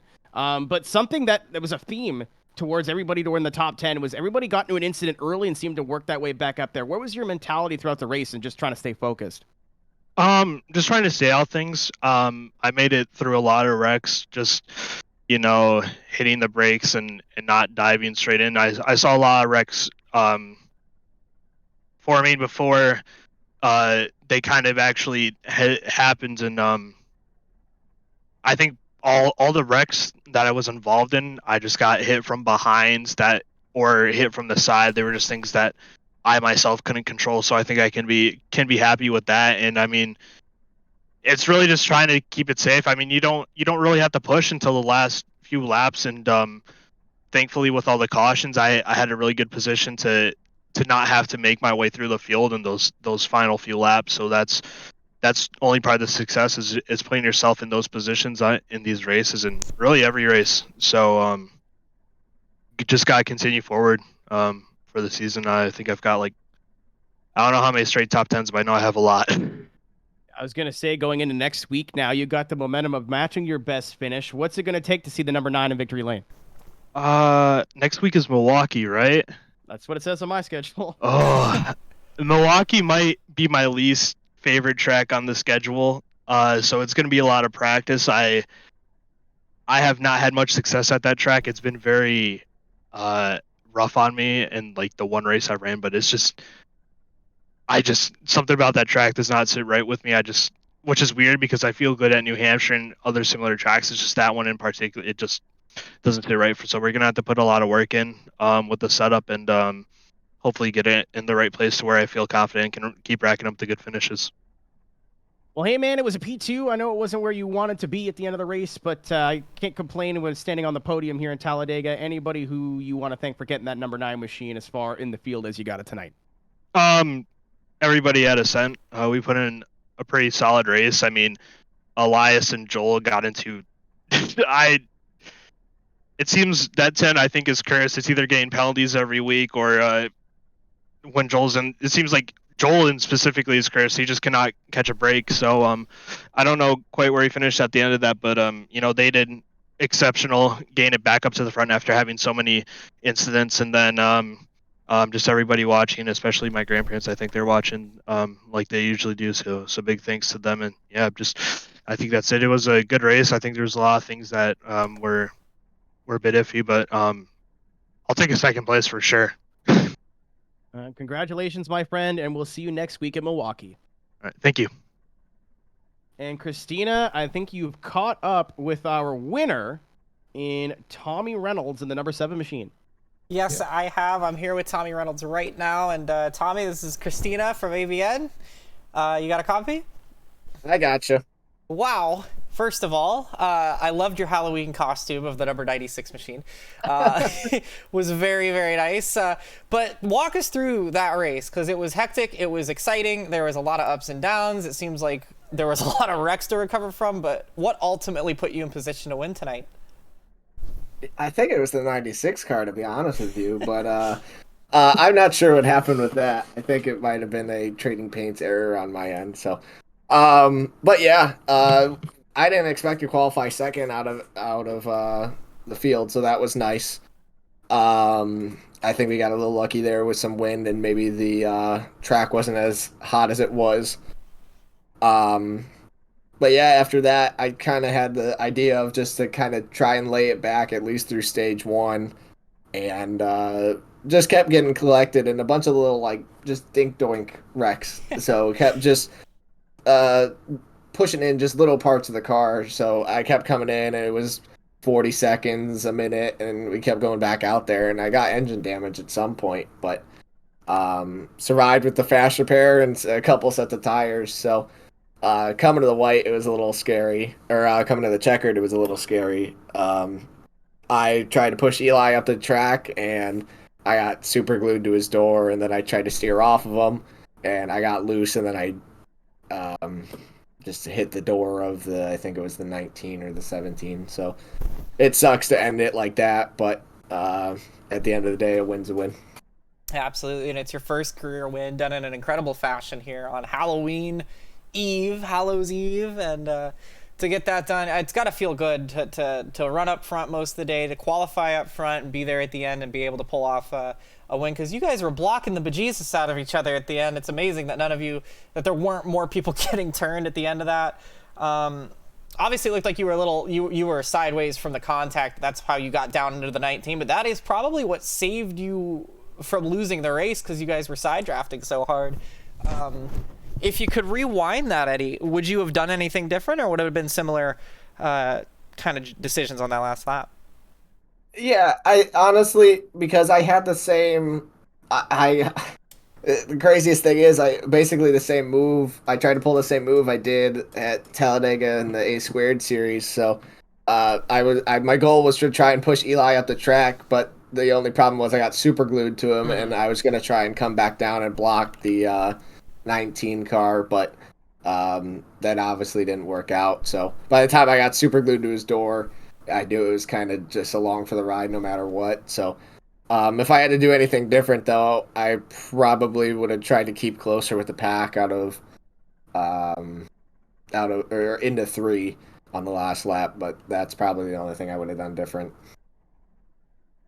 Well, it didn't matter at the end of the day, because you still end up in victory lane, and it was a fantastic job from you. If there's anybody you want to shout out, now would be the time to say it. If not, enjoy the champagne, my friend. Yeah, thank you. I would just like to say thanks to Carmen for taking a chance on me. It's always nice to have somebody like that. But yeah, awesome broadcast as usual, and yeah, that's all I got. All right, well, that's Tommy Reynolds, a first-time winner in HTL. He takes it home on Hallows Eve at Talladega. Tricks for many, but treats for you. Congrats, Tommy. Thank you. And that will do it for our post-race interviews. One last thing to do tonight, and that is to take a look at the unofficial finishing order and wrap things up before we both head back to our respective computer desks and get ready for our own kind of streams here. But the streams out of the grandstands have not started. Everybody's still in their seats to appreciate Tommy Reynolds and the effort he's done today. Yeah, awesome drive from Tommy to keep it confident, keep it clean. And again, I think it was just a war of attrition here, Kristina. Whoever was able to keep their car out of the most incidents, because I don't think anyone was totally innocent tonight, who was able to keep their car out of the most incidents was able to keep it at the front of the field.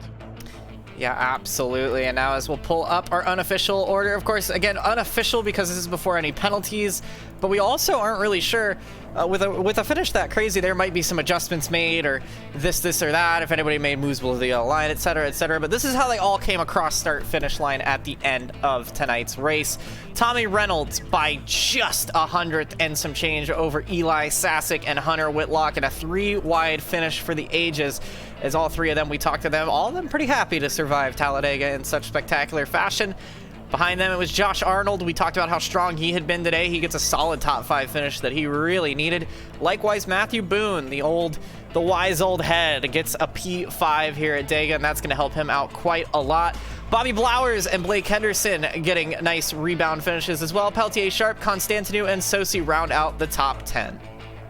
Angel Santiago coming home in 11th place with Joel Rodriguez. You see a lot of names here who have had issues but made the best out of a bad day. Nathan Lehman in 13th position for NFG Motorsports. 1776 Motorsports' very own Mark Parkhurst in 14th with Shad Swadsworth in 15th position. Elias Flores coming home in 16th. Alfred Denny 17th. Scott Poznanski in the 18th position. 19th is Stefan Oberstadt. And then in rounding up the top 20 is Zachary Apperson.